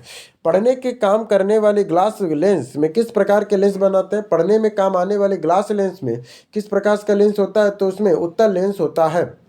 पढ़ने वाला चश्मे जिसे रीडिंग ग्लास में सामान्यतः उत्तल लेंस कॉन्वेक्स लेंस से बनते हैं। इसका उपयोग दूर दृष्टि दोष या उम्र के साथ हो रही जरा दृष्टि दोष के लिए करते हैं। उम्र बढ़ने से आंखों में समंजसन क्षमता घटने से पास की चीजें धुंधली दिखती है। दर्पण के सामने खड़े एक व्यक्ति को अपना प्रतिबिंब अपने से बड़ा लगता है। इसका तात्पर्य कि दर्पण का आकार, दर्पण का प्रकार वो अवतल दर्पण है। केवल अवतल दर्पण ही सीधा और आवर्धित बड़ा प्रतिबिंब बना सकता है। यह तब होता है जब वस्तु दर्पण के ध्रुव और फोकस के बीच में हो। समतल दर्पण में प्रतिबिंब बराबर होता है और उत्तल दर्पण में हमेशा छोटा होता है। आवर्धक कांच किस प्रकार के लेंस का उपयोग करते हैं? आवर्धक कांच में किस प्रकार के लेंस का प्रयोग करते हैं? तो आवर्धक कांच में हम लोग उत्तल लेंस का प्रयोग करते हैं। आवर्धक कांच मैग्नीफाइंग ग्लास में हम लोग उत्तल लेंस कॉन्केव लेंस का प्रयोग करते हैं। यह अभिसारी प्रकृति का होता है। यह क्या होता है? यह अभिसारी प्रकृति का होता है। इसमें सरल सूक्ष्मदर्शी भी कहते हैं। या अगला देखिए क्या कहता है। अब आइए अगला चैप्टर है उष्मा और उष्मा गति की, हीट एंड टेम्परेचर, थर्मोडायनेमिक्स। किसी घर में एक महीने की ऊर्जा खपत 250 यूनिट है तो कुल ऊर्जा कितनी होगी? तो कुल ऊर्जा आपका 9 × 10⁸ होगा। विद्युत ऊर्जा का व्यावसायिक यूनिट किलोवाट आवर है। एक यूनिट बराबर 1 किलोवाट घंटा। 3.6 × टाइम बने 10⁶ जूल होता है। 250 यूनिट बराबर 250 टाइम × 3.6 टाइम है। वह ताप बिंदु जिस पे ठोस, द्रव और गैस अवस्थाएं एक साथ रहती है वह क्या कहलाती है? वह ताप बिंदु जिस पे ठोस, द्रव और गैस अवस्थाएं एक साथ रहती है वह क्या कहलाती है? तो उसे तिर्यक बिंदु कहते हैं। वह विशिष्ट ताप दाब जिस पे पदार्थ की तीनों अवस्थाएं ठोस, द्रव और गैस संतुलित में हो उसे तिर्यक बिंदु ट्रिपल पॉइंट कहते हैं। त्रिक बिंदु के बिंदु तापमान 0.1 डिग्री सेल्सियस तक होता है, जिस बिंदु पर दाब 611 पास्कल तक होता है। अधिक ऊंचाई पे द्रवों का क्वथनांक घटता है। अधिक ऊंचाई पर द्रवों का क्वथनांक घटता है। ऊंचाई बढ़ने के साथ वायुमंडलीय दाब घटता है। ऊंचाई जैसे जैसे बढ़ेगा वैसे वैसे वायुमंडलीय दाब भी घटता है। दाब घटने से द्रव का क्वथनांक भी घटता है। अगर दाब घटेगा तो द्रव का क्वथनांक, बॉइलिंग पॉइंट भी घटता है। यही कारण है कि पहाड़ों में खाना पकाते समय अधिक समय लगता है, क्योंकि 100 डिग्री सेल्सियस में उबलने पे 100 डिग्री सेल्सियस से कम में उबलने लगता है। डैश के कारण पानी एक उत्कृष्ट शीतलन कारक है। डैश के कारण पानी एक उत्कृष्ट शीतलन कारक है। तो किसके कारण है? तो उसका कारण है उच्च विशिष्ट ऊष्मा। पानी में विशिष्ट ऊष्मा, स्पेसिफिक हीट बहुत अधिक होता है। इसका अर्थ है कि पानी गर्म होने के लिए बहुत अधिक ऊष्मा अवशोषित करता है और ठंडा होने के लिए बहुत अधिक ऊष्मा छोड़ता है। इसी गुण के कारण इसे रेडिएटर आदि में शीतलक के रूप में प्रयोग करते हैं। कमरे को ठंडा किया जा सकता है संपीड़ित गैसों को छोड़ने से। संपीड़ित गैस कंपोस्ट गैस को अचानक छोड़ने या प्रसारित करने के लिए तापमान में कमी आती है, जिसे जूल थॉमसन प्रभाव कहते हैं। इसी सिद्धांत का उपयोग एयर कंडीशन एसी में, रेफ्रिजरेटर में होता है।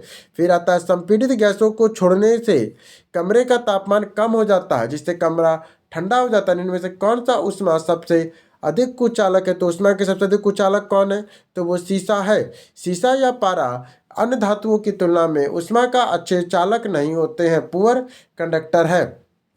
शीशा और पारा अन्य धातुओं की तुलना में ऊष्मा के अच्छे चालक नहीं होते हैं। लेड शीशा ही ऊष्मा की चालकता 34.7 वाट प्रति MK होती है। पारा की ऊष्मा चालकता लगभग में 3.6 वाट MK होती है, जो कि धातुओं में काफ़ी कम है। ठीक है। फिर कहता है 100 डिग्री सेल्सियस पे के ताप पर वायु के जलने की तुलना में 100 डिग्री ताप पर स्थित वाष्प जलना ज़्यादा वाष्पीकरण में गुप्त ऊष्मा के कारण ज़्यादा खतरनाक होता है, क्योंकि ज़्यादा वाष्पीकरण की गुप्त ऊष्मा के कारण ज़्यादा खतरनाक होता है। वाष्प ऊष्मा के जलना उबलते पानी की तुलना में अधिक कष्टदायक है। इसका कारण है वाष्पीकरण। गुप्त ऊष्मा है। गुप्त ऊष्मा वह ऊर्जा है जो पदार्थ की अवस्था परिवर्तन के लिए अवशोषित और मुक्त हो जाती है। या क्या है? गुप्त ऊष्मा वह ऊर्जा है जो पदार्थों की अवस्था परिवर्तन के लिए अवशोषित या मुक्त की जाती है। स्टीम इंजन कैसे चलता है? स्टीम इंजन है वो कैसे चलता है? स्टीम इंजन ये ऊष्मा से चलते हैं। भाप इंजन एक ऊष्मा इंजन है जो ऊष्मा के हीट का उपयोग करके यांत्रिक कार्य करता है या सामान्यतः बाह्य दहन इंजन होता है। भाप इंजन का आविष्कार जेम्स वाट ने किया था।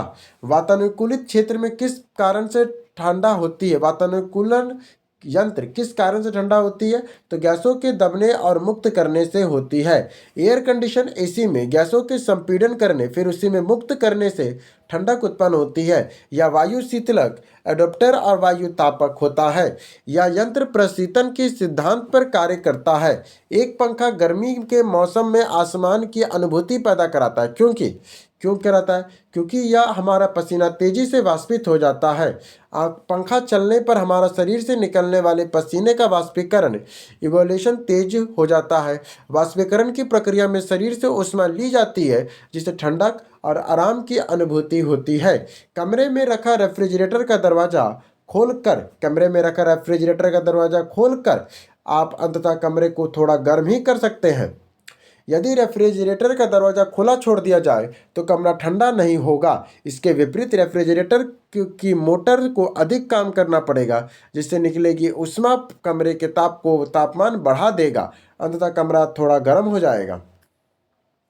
यदि रेफ्रिजरेटर के दरवाजे कुछ घंटे के लिए खुले छोड़ दे तो कमरे का ताप क्या होगा? तो कमरे का ताप बढ़ जाएगा। कमरे का ताप क्या होगा? बढ़ जाएगा, क्योंकि रेफ्रिजरेटर एक ऊष्मा इंजन हीट इंजन की तरह कार्य करता है जो विपरीत दिशा में काम करता है। दरवाज़ा खुला रखने से यह कमरे को ऊष्मा देकर उसे वापस कमरे में ही मोटर में गर्मी के साथ छोड़ता है। अतः परिणाम कमरे का तापमान बढ़ जाएगा। पानी का घनत्व अधिकतम कितना पे होता है? तो 4 डिग्री सेल्सियस पे होता है। पानी का घनत्व अधिकतम 4 डिग्री सेल्सियस पे होता है और इसी तापमान पे 4 डिग्री सेल्सियस पानी का आयतन न्यूनतम होता है। घनत्व तो अधिकतम होता है 4 डिग्री पर और न्यूनतम आयतन होता है 4 डिग्री सेल्सियस पे। पानी एक असंगत व्यवहार का कहलाता है। ठंड के दिनों में लोहे के गुटके और लकड़ी के गुटके को प्रातःकाल में छुए तो लोहे का गुटका ठंडा लगता है, क्योंकि लकड़ी की तुलना में लोहा ऊष्मा का अच्छा चालक है। लोहा ऊष्मा का सुचालक गुड कंडक्टर है, जबकि लकड़ी कुचालक है। लोहे को छूने पे लोहा हमारे शरीर से ऊष्मा को तेजी से ग्रहण संचालित करता है, जिससे वह ठंडा महसूस होता है। लकड़ी ऊष्मा का चालन धीमा करती है, इसीलिए वह कम ठंडी लगती है। ऊष्मा स्थानांतरण जिसके लिए किसी माध्यम की आवश्यकता नहीं होती है वह क्या कहलाता है? तो उसे हम लोग विकिरण कहते हैं। विकिरण विधि से ऊष्मा स्थानांतरण के लिए किसी माध्यम की आवश्यकता नहीं होती है। सूर्य की ऊष्मा पृथ्वी के विकिरण द्वारा ही पहुंचती है। चालन और संवहन के लिए माध्यम जरूरी है। 50 डिग्री सेल्सियस का मान फ़ारेनहाइट स्केल में 122 डिग्री फ़ारेनहाइट होता है। 50 डिग्री सेल्सियस पे फ़ारेनहाइट स्केल में इसका कितना हो जाएगा? 122 डिग्री फ़ारेनहाइट हो जाएगा। कितना हो जाएगा? 122 डिग्री। 90 + 32 122 डिग्री। 40 डिग्री सेल्सियस का मान फ़ारेनहाइट स्केल में 104 डिग्री होगा। 40 डिग्री सेल्सियस का फ़ारेनहाइट में क्या होगा? फ़ारेनहाइट में तुम्हारा 40 + 32 = 72 + 32, तो कितना हो जाएगा? 104 डिग्री। अब आइए तरंग गति का पढ़ेंगे, वेव मोशन का। लोलक की काल अवधि लंबाई के ऊपर निर्भर करती है। जो लोलक की जो काल अवधि होती है ना, टाइम पीरियड, वो किस पे करता है? लंबाई के ऊपर निर्भर करता है। सरल लोलक का आवर्तकाल T = 2π सीक्वेंस होता है। सूत्र में स्पष्ट है कि आवर्तकाल काल अवधि लोलक की लंबाई के वर्गमूल के अनुपातिक होती है। किसके अनुपातिक होती है? वर्गमूल के अनुपातिक होती है। लोलक का द्रव्यमान पर निर्भर नहीं करता। यह लोलक के द्रव्यमान पर निर्भर नहीं करता, सिर्फ लंबाई पर निर्भर करता है। दो उत्तोलक सिंह अथवा दो उत्तोलक गर्त के बीच की दूरी को क्या कहते हैं? तो तरंग दैर्घ्य कहते हैं। क्या कहते हैं? तरंगदैर्घ्य कहते हैं। किसी तरंग के दो लगातार सिंग और दो लगातार गर्तों के बीच की दूरी को तरंगदैर्घ्य कहते हैं। इसे ग्रीक अक्षर लैम्डा से प्रदर्शित करते हैं। यह तरंग द्वारा एक पूर्ण कंपन में तय की गई दूरी है। या एक तरंग द्वारा एक कंपन में तय की गई दूरी है। विद्युत चुंबकीय तरंगों का वेग होता है। विद्युत चुंबकीय तरंगों का वेग कितना है? तो 3 × 10⁸ मीटर प्रति सेकंड है। क्या कहता है? विद्युत चुंबकीय तरंगों का संचरण के लिए माध्यम की आवश्यकता नहीं होती है। निर्वात में इनका वेग प्रकाश के वेग के बराबर 3 × 10⁸ मीटर प्रति सेकंड होता है। कॉस्मिक किरणें क्या है? तो कॉस्मिक किरणें एक अवशोषित कण है। कॉस्मिक किरणें क्या होती है? तो एक आवेशित कण है। क्या है? तो आवेशित कण है। कॉस्मिक किरणें विद्युत चुंबकीय स्पेक्ट्रम का भाग नहीं है। ये उच्च ऊर्जा वाले आवेशित कण होते हैं। कॉस्मिक किरणें विद्युत चुंबकीय स्पेक्ट्रम का भाग नहीं है। कॉस्मिक किरणें विद्युत चुंबकीय का भाग नहीं है। ये उच्च ऊर्जा वाले आवेशित कण होते हैं। ठीक है। ये अंतरिक्ष में लगभग प्रकाश की गति से गमन करते हैं। आंतों के रोगों के निदान के लिए निम्न में से किस किरण का प्रयोग करते हैं? तो एक्स किरण का करते हैं। चित्कर्ष क्षेत्र में आंतों के रोगों के निदान के लिए एक्स किरण का उपयोग किया जाता है। एक्स किरण एक प्रकार का विद्युत चुंबकीय विकिरण है। इसकी खोज रॉटजन ने की थी। एक्सरे के एक गुण है कि उसे विक्षेपित किया जा सकता है। एक्सरे का एक गुण यह है कि उसे विक्षेपित किया जा सकता है। कहाँ से कर सकते हैं विक्षेपित? एक्सरे में विद्युत चुंबकीय तरंग है जिसमें कोई आवेश नहीं होता है। एक्सरे एक विद्युत चुंबकीय तरंग है जिसमें कोई आवेश चार्ज नहीं होता है। आवेशहीन होने के कारण इन्हें ना तो विद्युतीय क्षेत्र में ना ही चुंबकीय क्षेत्र द्वारा विक्षेपित किया जा सकता है। इसकी खोज विल्हेम रॉटजन ने की थी। एक्सरे की खोज किसने किया था? विल्हेम रॉटजन ने की थी। अब आइए ध्वनि। ध्वनि की तीक्ष्णता किसके द्वारा निर्धारित होती है? ध्वनि की जो तीक्ष्णता है वो किसके द्वारा निर्धारित होती है? तो ध्वनि के तरंगदैर्घ्य से निर्धारित होती है। ध्वनि की तीक्ष्णता या तारत्व मुख्य रूप से आवृत्ति पर निर्भर करती है। चूंकि आवृत्ति और तरंगदैर्घ्य व्युत्क्रमानुपाती होते हैं अतः तीक्ष्णता तरंगदैर्घ्य पर निर्भर करती है। कम तरंगदैर्घ्य का अर्थ उच्च आवृत्ति और अधिक तीखी ध्वनि है। जब एक ध्वनि तरंग एक माध्यम से दूसरे माध्यम में जाती है तो वह राशि को अपरिवर्तित रहती है आवृत्ति का।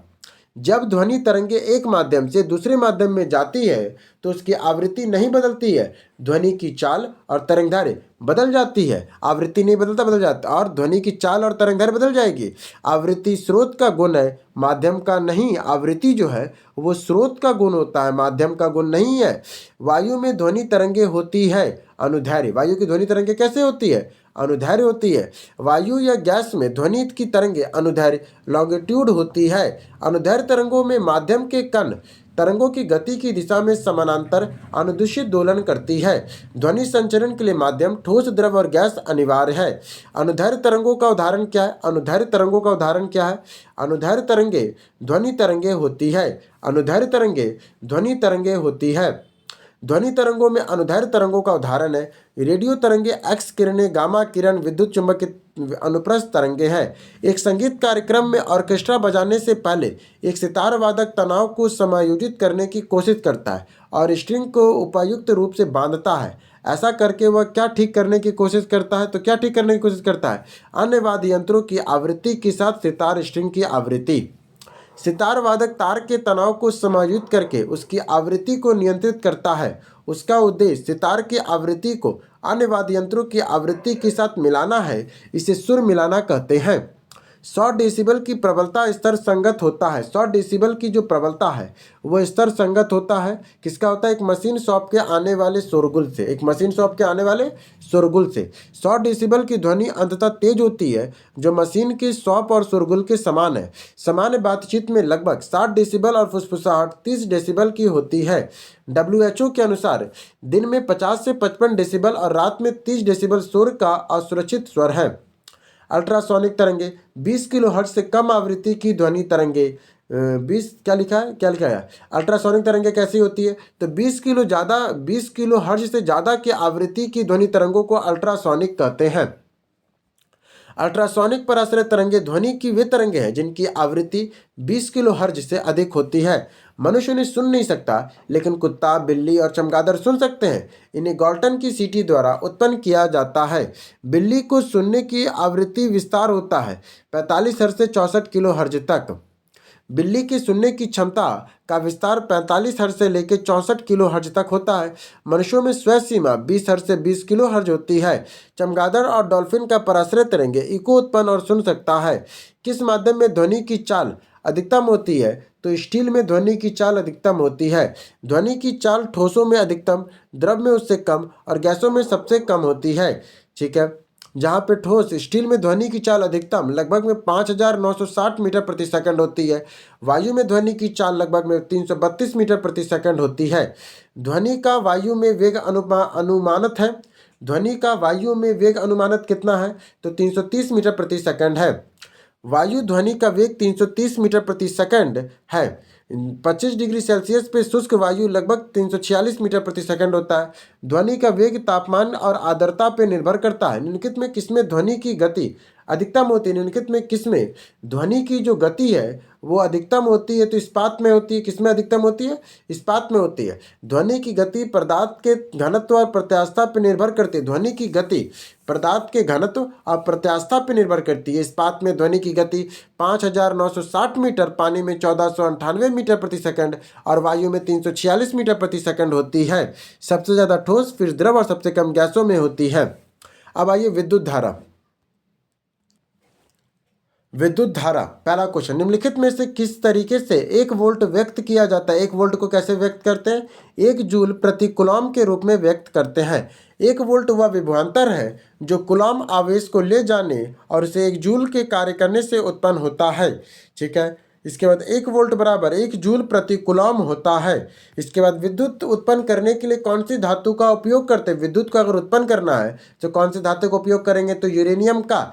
नाभिकीय रिएक्टर यूरेनियम का उपयोग ईंधन के रूप में करते हैं, जिससे नाभिकीय विखंडन न्यूक्लियर फ्यूजन में भारी मात्रा में ऊष्मा ऊर्जा उत्पन्न होती है, जिसे पानी को भाप में बदलकर टरबाइन चलाया जाता है और विद्युत उत्पन्न होती है। भारत में थोरियम का भी भविष्य में लोग उपयोग संभावित है। नाभिकीय रिएक्टरों में नाभिकीय विखंडन से विद्युत उत्पन्न करने के लिए साधारणतः प्रयोग में लाया जाने वाला तत्व कौन सा है? तो वो यूरेनियम है। नाभिकीय रिएक्टरों में ईंधन के रूप में साधारणतः यूरेनियम 235 का प्रयोग किया जाता है। प्लूटोनियम भी एक विखंडनीय सामग्री है, लेकिन सामान्यतः यूरेनियम अधिक प्रचलित है। विखंडन प्रक्रिया में न्यूट्रॉन का प्रवाह से नाभिक टूटता है। 100 वाट के बिजली का बल्ब यदि 10 घंटे तक चले तो बिजली का खर्च कितना होगा? तो आपका 1 इकाई होगा।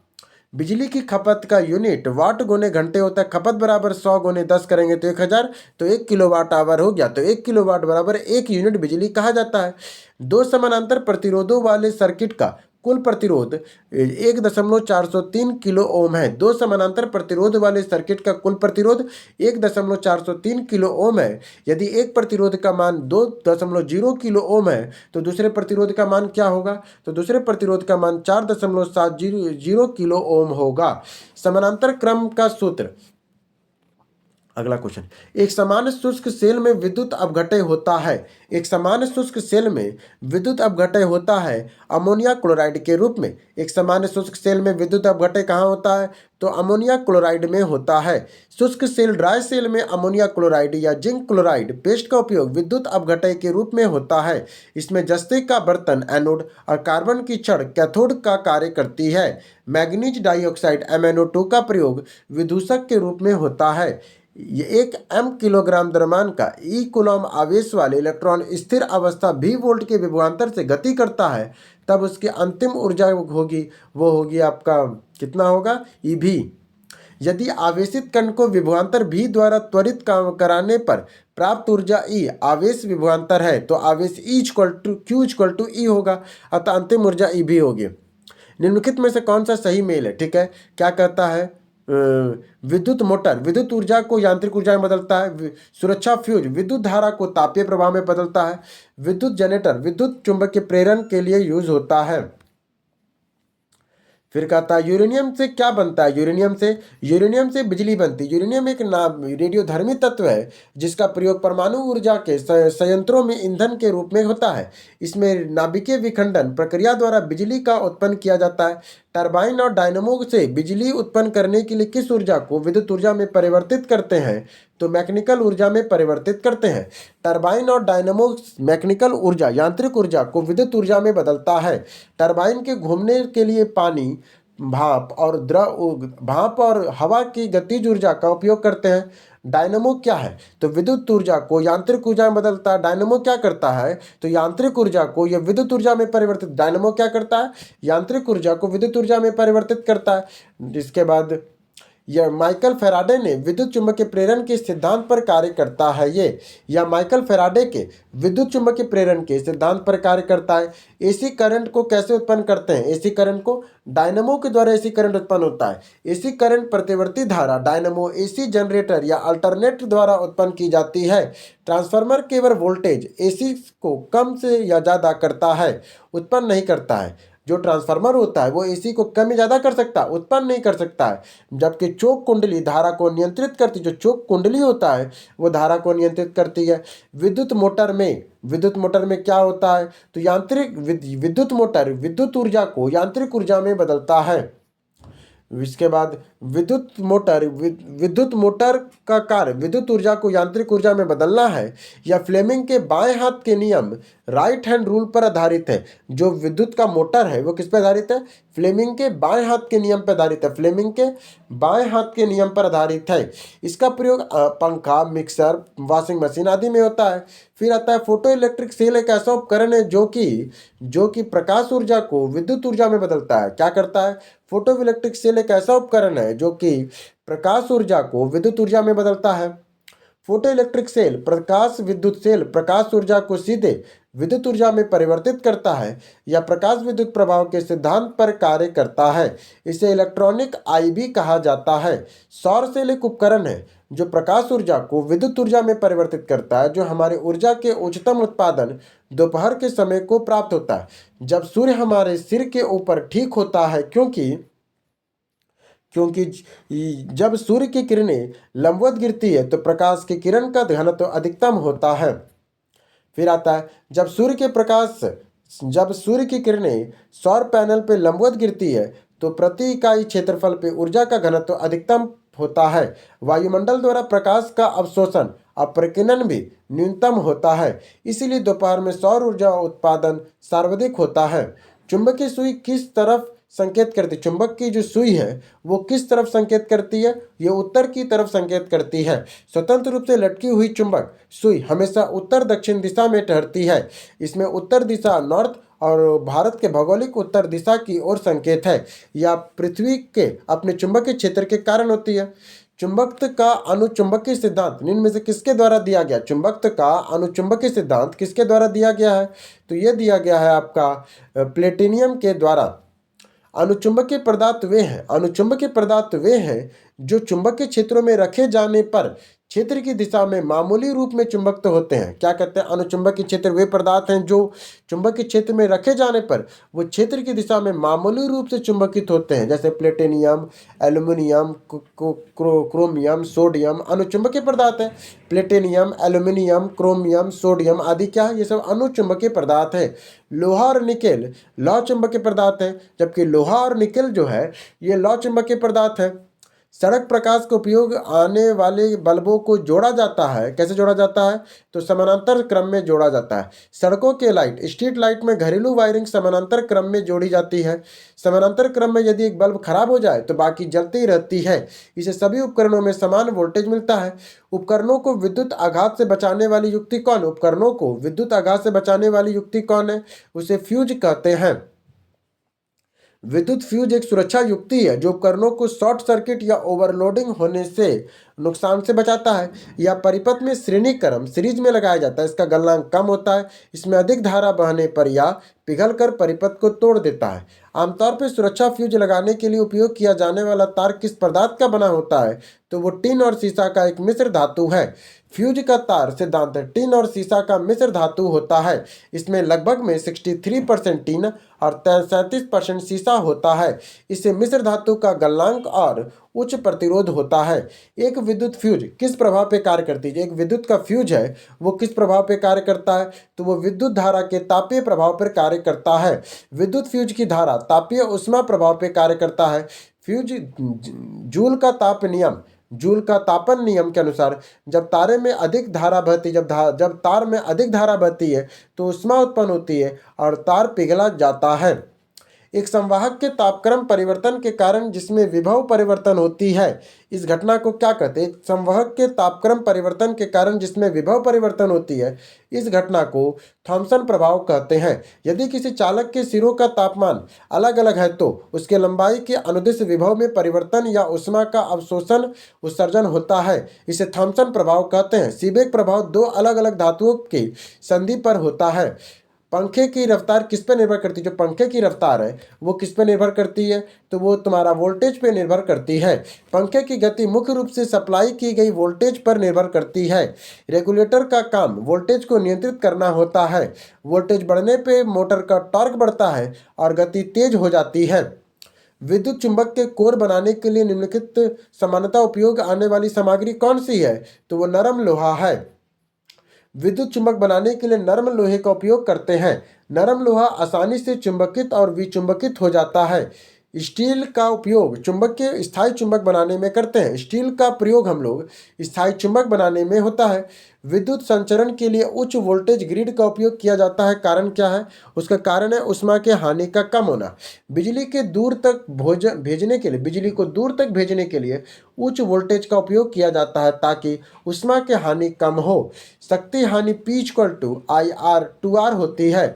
वोल्टेज बढ़ने पर धारा I कम हो जाती है और जिससे I²2R हानि कम हो जाती है।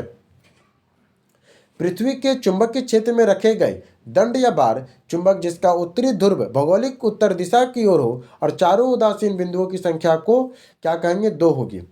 जब दंड चुंबक के उत्तरी ध्रुव भौगोलिक उत्तर की ओर हो तथा 2 उदासीन बिंदु प्राप्त होते हैं।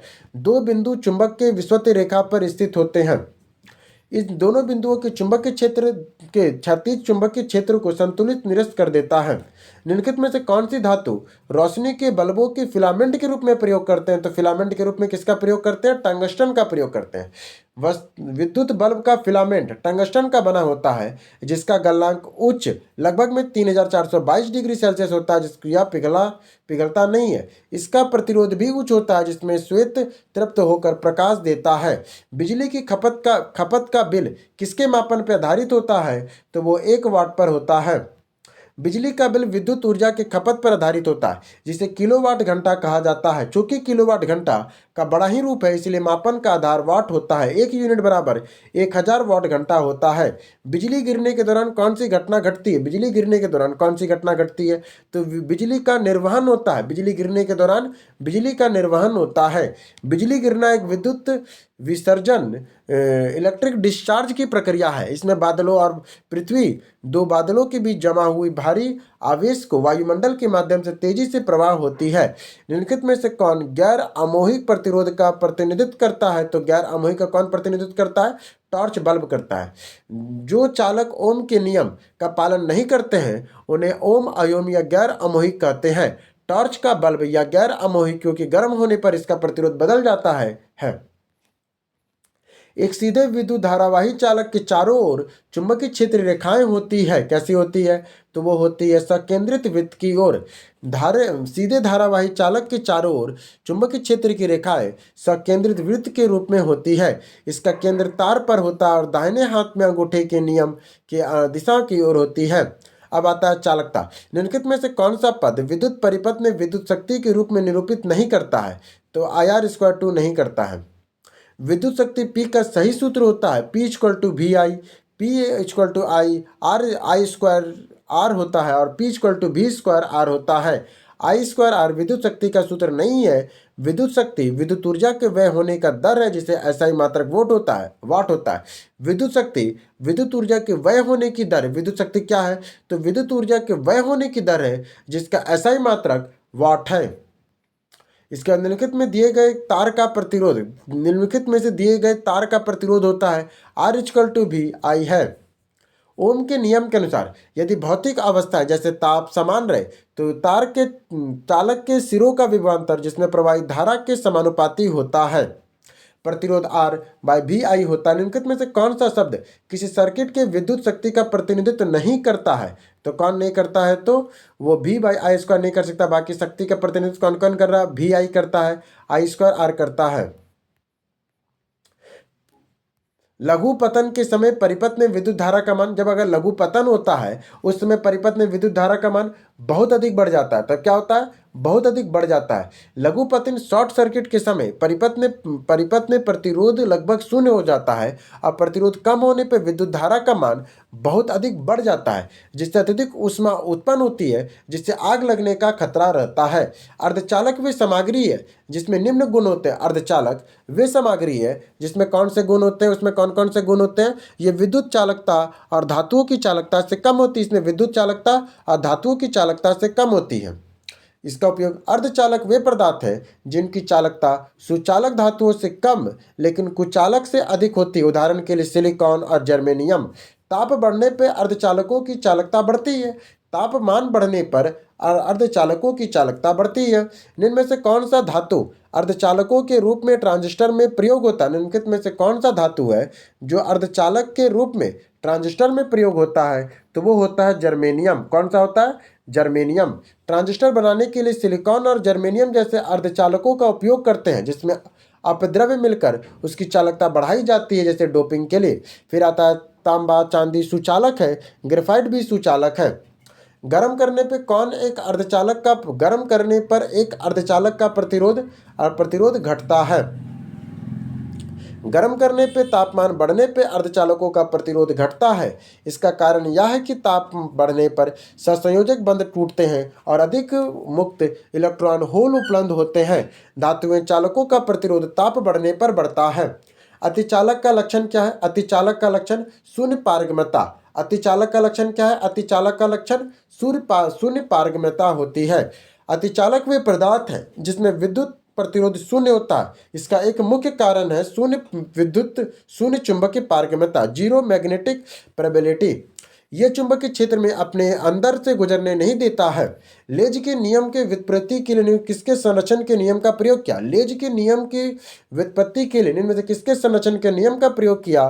तो वो किसका प्रयोग किया? इसमें किसी के नहीं। देखिए क्या कहता है, लेज का नियम ऊर्जा संरक्षण के सिद्धांत पर आधारित है। जो लेज का नियम होता है वो ऊर्जा संरक्षण के सिद्धांत पर आधारित होता है। यह नियम बताता है कि प्रेरित धारा की दिशा ऐसी होती है कि वह जिस कारण से विरोध करता है उसे उत्पन्न करता है, और यांत्रिक ऊर्जा विद्युत ऊर्जा में बदलने के लिए कार्य करता है। एक सुचालक को दूसरे चार्ज किए गए सुचालक के पास लाकर बिना चार्ज बनाए चार्ज करने की प्रक्रिया क्या कहलाती है? उसे हम लोग कहते हैं प्रेरण। क्या कहते हैं? प्रेरण। बिना संपर्क बनाए किसी वस्तु के उत्पादन बिना किसी संपर्क किए किसी वस्तु के उत्पादन करने की प्रक्रिया प्रेरण कहलाती है। इसमें आवेशित वस्तु को अनावेशित वस्तु के पास लाने पर विपरीत आवेश पास वाली वस्तु के समान आवेश दूर वाली सतह को प्रेरित करता है। निम्नलिखित में से कौन सा तरल बिजली का कुचालक है? इसमें से कौन सा तरल बिजली का कुचालक है? तो इसमें से कौन है तरल बिजली का? नींबू का रस, नमकीन पानी और संतरे का रस, तीनों आयरन मौजूद होते हैं। आयरनों की उपस्थिति के कारण सभी तरल विद्युत के लिए सुचालक होते हैं। इसमें से कोई भी कुचालक नहीं है। एक प्रबल विद्युत अपघटक की चालकता क्या होती है? तनुकरण पर घटती है। प्रबल विद्युत अपघटय पूर्णतः अनियमित होते हैं। तनुकरण करने पर आयरन बढ़ता है, जिससे प्रति इकाई आयतन में आयरन की संख्या कम हो जाती है। परिणाम स्वरूप विशिष्ट चालकता घटती है। अब आइए नाभिकीय भौतिकी न्यूक्लियर फिजिक्स पढ़ते हैं। परमाणु बम का सिद्धांत आधारित है। परमाणु बम का सिद्धांत किस पे आधारित है? नाभिकीय विखंडन पर आधारित है। आइए इनको देखें। परमाणु बम का सिद्धांत नाभिकीय विखंडन न्यूक्लियर फ्यूजन पर आधारित है। इसमें भारी नाभिक जैसे यूरेनियम और प्लूटोनियम अनियंत्रित श्रृंखला अभिक्रिया द्वारा हल्के नाभिक में टूटते हैं और इसमें अपार ऊर्जा मुक्त होती है। नाभिकीय विखंडन इसके संघात के कारण होता है। नाभिकीय विखंडन इसके संघात के कारण होता है, प्रोटॉन और इलेक्ट्रॉन का। ठीक है, नाभिकीय विखंडन में किसके संघात के कारण होता है? तो न्यूट्रॉन के कारण होता है। किसके कारण होता है? न्यूट्रॉन के कारण होता है। नाभिकीय विखंडन की प्रक्रिया को शुरू करने के लिए नाभिक पर न्यूट्रॉन के प्रवाह किया जाता है और मंद गति वाले न्यूट्रॉन यूरेनियम 235 के नाभिक द्वारा अवशोषित होकर उसे अस्थिर कर देते हैं। हाइड्रोजन बम किसके सिद्धांत पर काम करता है? तो हाइड्रोजन बम अनियंत्रित संलयन अभिक्रिया पे सिद्धांत पर। हाइड्रोजन बम अनियंत्रित नाभिकीय संलयन के सिद्धांत पर कार्य करता है। इसमें हाइड्रोजन के समस्थानिक ड्यूटेरियम और टाइटेरियम जुड़कर हीलियम नाभिक बनाते हैं और संलयन के उच्च ताप की आवश्यकता होती है जो परमाणु के बम के विस्फोट के लिए पर्याप्त होता है। नाभिकीय रिएक्टर में D2O का प्रयोग किस लिए करते हैं? तो D2O का प्रयोग हम लोग मंदक के रूप में करते हैं। D2O का भारी जल D2O का उपयोग हम लोग नाभिकीय रिएक्टर में मंदक के रूप में करते हैं। मंदक का कार्य तीव्र गति से न्यूट्रॉनों की गति को कम करना है ताकि विखंडन प्रक्रिया सुचारू रूप से चल सके। ग्रेफाइट का प्रयोग भी मंदक के रूप में होता है। निम्नलिखित में से कौन से विद्युत चुंबकीय तरंग नहीं है? आपको बताना है कौन सा विद्युत चुंबकीय तरंग नहीं है। तो अल्फा किरण विद्युत चुंबकीय तरंग नहीं है, बाकी गामा किरण और एक्स किरणें हैं। अल्फा किरणें विद्युत चुंबकीय तरंगें नहीं है, बल्कि ये आवेशित कण हीलियम नाभिक है। गामा किरणें एक्स किरणों के विद्युत चुंबकीय तरंगें, अन्य विद्युत चुंबकीय तरंगें, रेडियो तरंगें, माइक्रोवेव, अवरक्त दृश्य प्रकाश और पैराबैंगनी होते हैं। निम्नलिखित में से कौन सा एक रेडियोधर्मी तत्व द्वारा उत्सर्जित धनात्मक रूप से अवशोषित कण है? तो वो कौन सा है? वो अल्फा किरण है। अल्फा कण धनात्मक रूप से आवेशित होता है 2 इकाई धन आवेश में। यह हीलियम के नाभिक He2+ होता है जो 2 प्रोटॉन 2 न्यूट्रॉन होते हैं और बीटा कण ऋणात्मक आवेशित इलेक्ट्रॉन होते हैं, जबकि बीटा कण में ऋणात्मक आवेशित इलेक्ट्रॉन होते हैं। रेडियोधर्मी पदार्थ उत्सर्जित करता है। रेडियोधर्मी पदार्थ कौन उत्सर्जित करता है? तो वो करता है अल्फा, बीटा और गामा किरणें।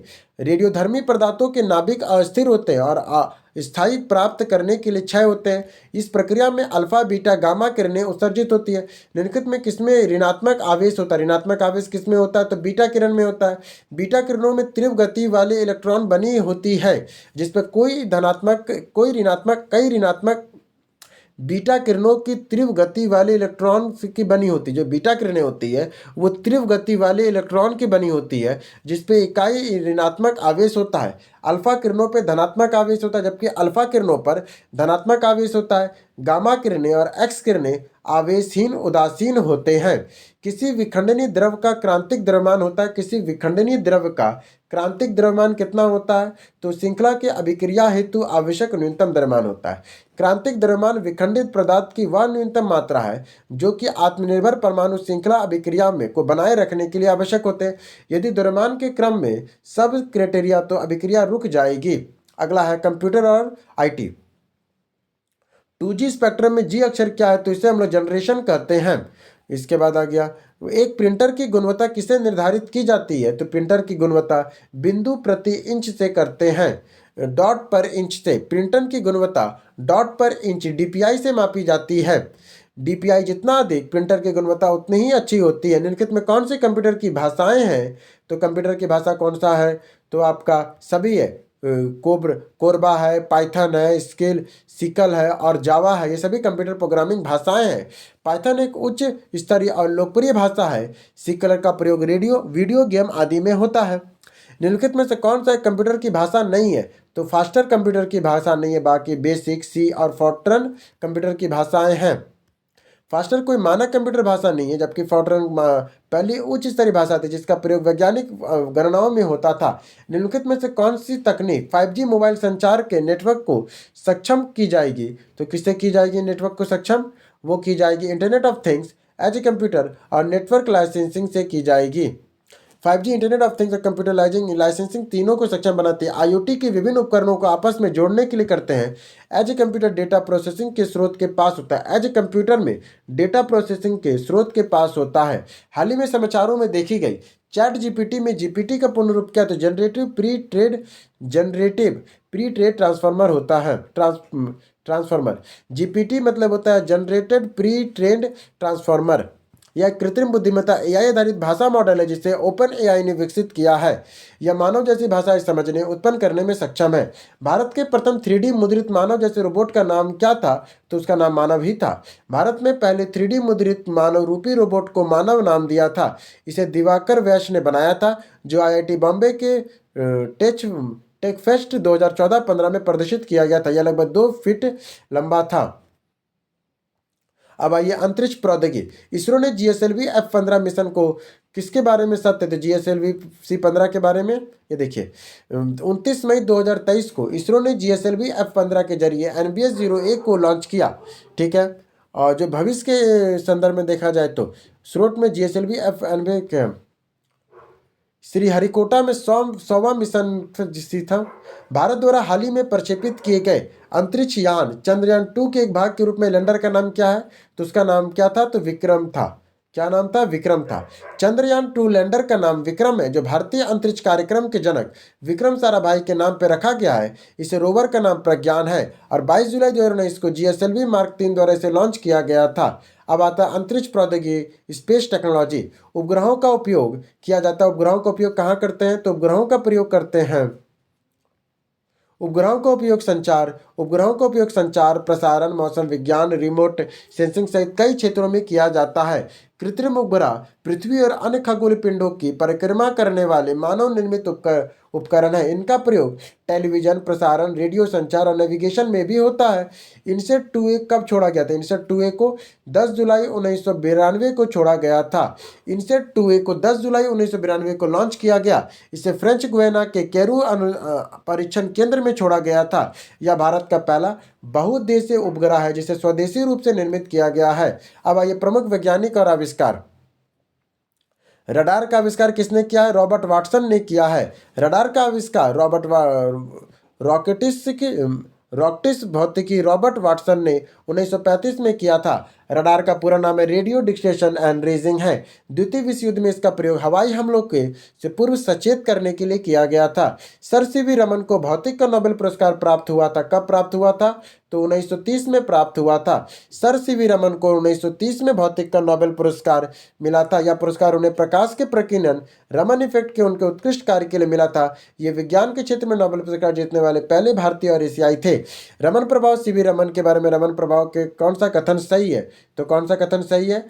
तो प्रकीर्णन प्रकाश की आवृत्ति प्रकीर्णन के बाद बढ़ती है और घटती भी है। प्रकीर्णन प्रकाश की आवृत्ति प्रकीर्णन के बाद बढ़ती भी है और घटती भी है।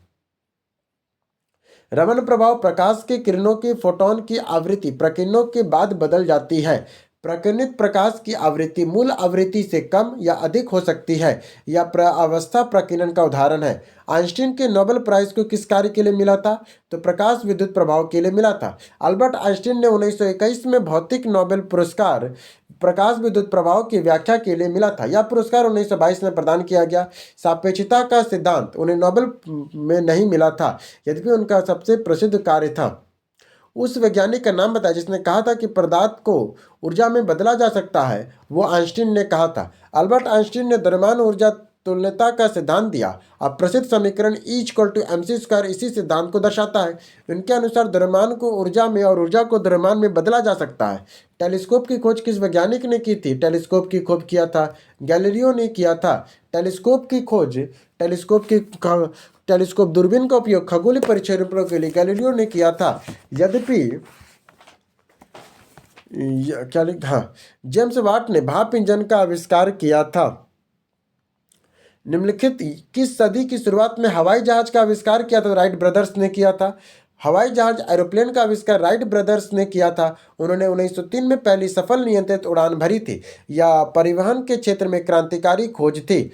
फिर आता है आधुनिक टेलीफोन का उपयोग किसने किया जाता है? तो रेडियो तरंगों का करते हैं। आधुनिक टेलीफोन विशेषकर मोबाइल और सेलुलर फोन रेडियो तरंगों का उपयोग करते हैं। ये तरंगे आवेशों को त्वरित गति से उत्पन्न करते हैं। फिक्स्ड लाइन फोन विद्युत संकेतों का उपयोग करते हैं, लेकिन प्रश्न आधुनिक था। ठीक है, अब आइए विविध का 20 क्वेश्चन है। निम्नलिखित में से क्या वैज्ञानिक प्रौद्योगिकी और नवाचार नीति के 2020 का परिणाम नहीं था?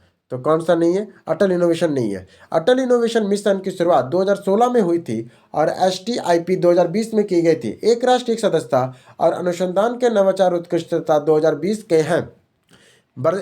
एक बरसाती दिन में उच्च क्या लिखा है? एक बरसाती दिन में शुष्क बल्ब तापमापी और अर्ध बल्ब तापमापी की तुलना में ज़्यादा माप दर्शाता है। देखिए, शुष्क बल्ब जो तापमापी है वो अर्ध बल्ब के तापमापी की तुलना में ज़्यादा माप दर्शाता है। बरसात के दिनों में आर्द्रता अधिक होती है, फिर भी कुछ वाष्पीकरण होता है। आर्द्र बल्ब वेट बल्ब में पानी के वाष्पीकरण के कारण शीतलन का प्रभाव होता है, जिससे उसका तापमान कम हो जाता है। इसलिए शुष्क बर्फ तापमापी का माप आर्द्र बर्फ से ज़्यादा होता है। आकाश तीर के बारे में कौन सा कथन सही है? आकाश तीर के बारे में कौन सा कथन सही है? तो क्या क्या है? आकाश तीर भारतीय सेना के एयर डिफेंस प्रणाली का मूल है। यह भारत में व्यापक C4ISR प्रणाली को सहजता से एकीकृत करता है। यह निष्क्रिय रक्षा में सक्रिय प्रतिक्रिया के राजनीतिक बदलाव को दर्शाता है। प्रोजेक्ट आकाश तीर भारतीय सेना की air defence controlled and remoting system है। यह सेना की वायु रक्षा इकाइयों को एकीकृत करता है। या C4ISR command control communication computer intelligence प्रणाली के साथ एकीकृत होता है। यह सक्रिय प्रतिक्रिया की क्षमता बढ़ाता है। बैरोमीटर की ऊंचाई में अचानक वृद्धि इंगित करता है। क्या इंगित करता है? अत्यंत शुष्क मौसम को। बैरोमीटर का पाठ्यांक में अचानक वृद्धि अत्यंत शुष्क साफ मौसम का संकेत देती है। अचानक गिरावट आंधी तूफान का संकेत देती है और धीरे धीरे गिरावट बारिश की संभावना को दर्शाता है। घड़ी के उपयोग होने वाले क्वार्ट्ज क्रिस्टल होते हैं। घड़ी के उपयोग होने वाले क्वार्ट्ज क्रिस्टल कैसे होते हैं? तो सिलिकॉन डाइऑक्साइड के होते हैं। घड़ी में प्रयुक्त क्वार्ट्ज क्रिस्टल रासायनिक रूप से सिलिकॉन डाइऑक्साइड SiO2 होते हैं। यह पीजो इलेक्ट्रिक पदार्थ और यांत्रिक दबावों पर विद्युत संकेत उत्पन्न करता है। इसका प्रयोग सटीक समय मापन के लिए होता है। निम्नलिखित में से कौन सी सोलर वैल्यू स्थिरांक का मान है? तो 1.4 किलोवाट मीटर स्क्वायर है। सौर स्थिरांक सोलर कांस्टेंट का मान लगभग में 1.361 है किलोवाट मीटर स्क्वायर है। पृथ्वी के वायुमंडल के सबसे ऊपरी सतह पर प्राप्त सौर ऊर्जा की दर है। गॉड पार्टिकल क्या होता है? उसे हिंग बोसान कहते हैं। हिंग बोसान को मीडिया या गॉड पार्टिकल के नाम से जाना जाता है। यह कण जो अन्य कणों के द्रव्यमान को प्रदान करने के लिए जिम्मेदार माना जाता है। इसकी पुष्टि 2012 में ECRN द्वारा की गई थी। निम्नलिखित में से कौन है गैर संपर्क बल? गैर संपर्क बल कौन है? तो गैर संपर्क बल एक चुंबकीय बल होता है। चुंबकीय बल एक गैर संपर्क बल है या बिना भौतिकी संपर्क के दूर की वस्तुओं के कार्य करता है। घर्षण बल संपर्क बल है। 2012 में CRN प्रयोगशाला में एक बहुपरिचित गॉड कण की खोज की गई। इस कण का वैज्ञानिक नाम हिंग बोसान है। इसका वैज्ञानिक नाम हिंग बोसान है। इसे पीटर हिंग और सत्येंद्र नाथ बोस के सम्मान के नाम से जाना जाता है। इसकी खोज लॉर्ड हेडरॉड और कोलोराइडी LHC के प्रयोग में हुई थी। फिर आता है क्रोमेटोग्राफी का तकनीक का उपयोग किया जाता है। क्रोमेटोग्राफी की तकनीक का प्रयोग करते हैं हम लोग। क्रोमेटोग्राफी का उपयोग मिश्रण के पदार्थों को अलग करने के लिए होता है। इसका प्रयोग रंजक, औषधि और अन्य रसायनों के पृथक्करण और शुद्धिकरण में होती है। प्रारंभ में इसका प्रयोग रंगों को अलग अलग करने के लिए किया जाता है। निम्नलिखित में से कौन सा फोटो इलेक्ट्रिक उपकरण डिजिटल अनुप्रयोग के लिए प्रयुक्त होता है? तो वो होता है आपका फोटो डायोड का। डिजिटल अनुप्रयोग स्विच कंट्रोलिंग के लिए फोटो डायोड सबसे उपयुक्त है। फोटो डायोड प्रकाश संकेतों के सूचक और बहुत तेजी से प्रतिक्रिया करता है। फोटोवोल्टिक सेल सौर सेल का उपयोग मुख्य रूप से बिजली उत्पन्न करने के लिए करते हैं। प्रकाश उत्सर्जक डायोड के संदर्भ में कौन सा कथन गलत है? तो सही कौन कौन है प्रकाश उत्सर्जक डायोड के संबंध में? LED प्रकाश ऊर्जा का कम खपत करता है। LED प्रकाश बल्बों में अधिक अवधि तक कार्य करता है और LED प्रकाश के सिंगल लाइट का प्रयोग करती है। बात सभी सही है, पर यह मानव के लिए हानिकारक नहीं है। यह बात गलत, हानिकारक नहीं है हमारे लिए। लेड में पारा का उपयोग नहीं होता है। CFL में पारा वाष्प का उपयोग होता है जो हानिकारक है। लेड अर्धचालक उपकरण है जो कम ऊर्जा की खपत और लंबी आयु के लिए जाना जाता है। एक संधारित्र का प्रतिघात होता है। एक संधारित्र का प्रतिघात कितना है? तो आवृत्ति के व्युत्क्रमानुपाती होता है। संधारित्र का प्रतिघात आवृत्ति के व्युत्क्रमानुपाती होता है। आवृत्ति बढ़ने पर संधारित्र के प्रतिरोध कम हो जाता है। वैज्ञानिक और प्रौद्योगिकी में भारतीय विज्ञान और अनुसंधान पर विकास का श्रेय जाता है। किसे जाता है? वी साराभाई को जाता है। भारत में अंतरिक्ष विज्ञान पर अनुसंधान और विकास का श्रेय डॉक्टर विक्रम साराभाई को जाता है। वे भारतीय राष्ट्रीय अंतरिक्ष अनुसंधान समिति इनस्पॉर के प्रथम अध्यक्ष थे। उन्हीं के प्रयासों से 1969 में इसरो का गठन हुआ था। परमाणु ऊर्जा में भारतीय कार्य के जनक कौन है? तो वो आपका कौन है?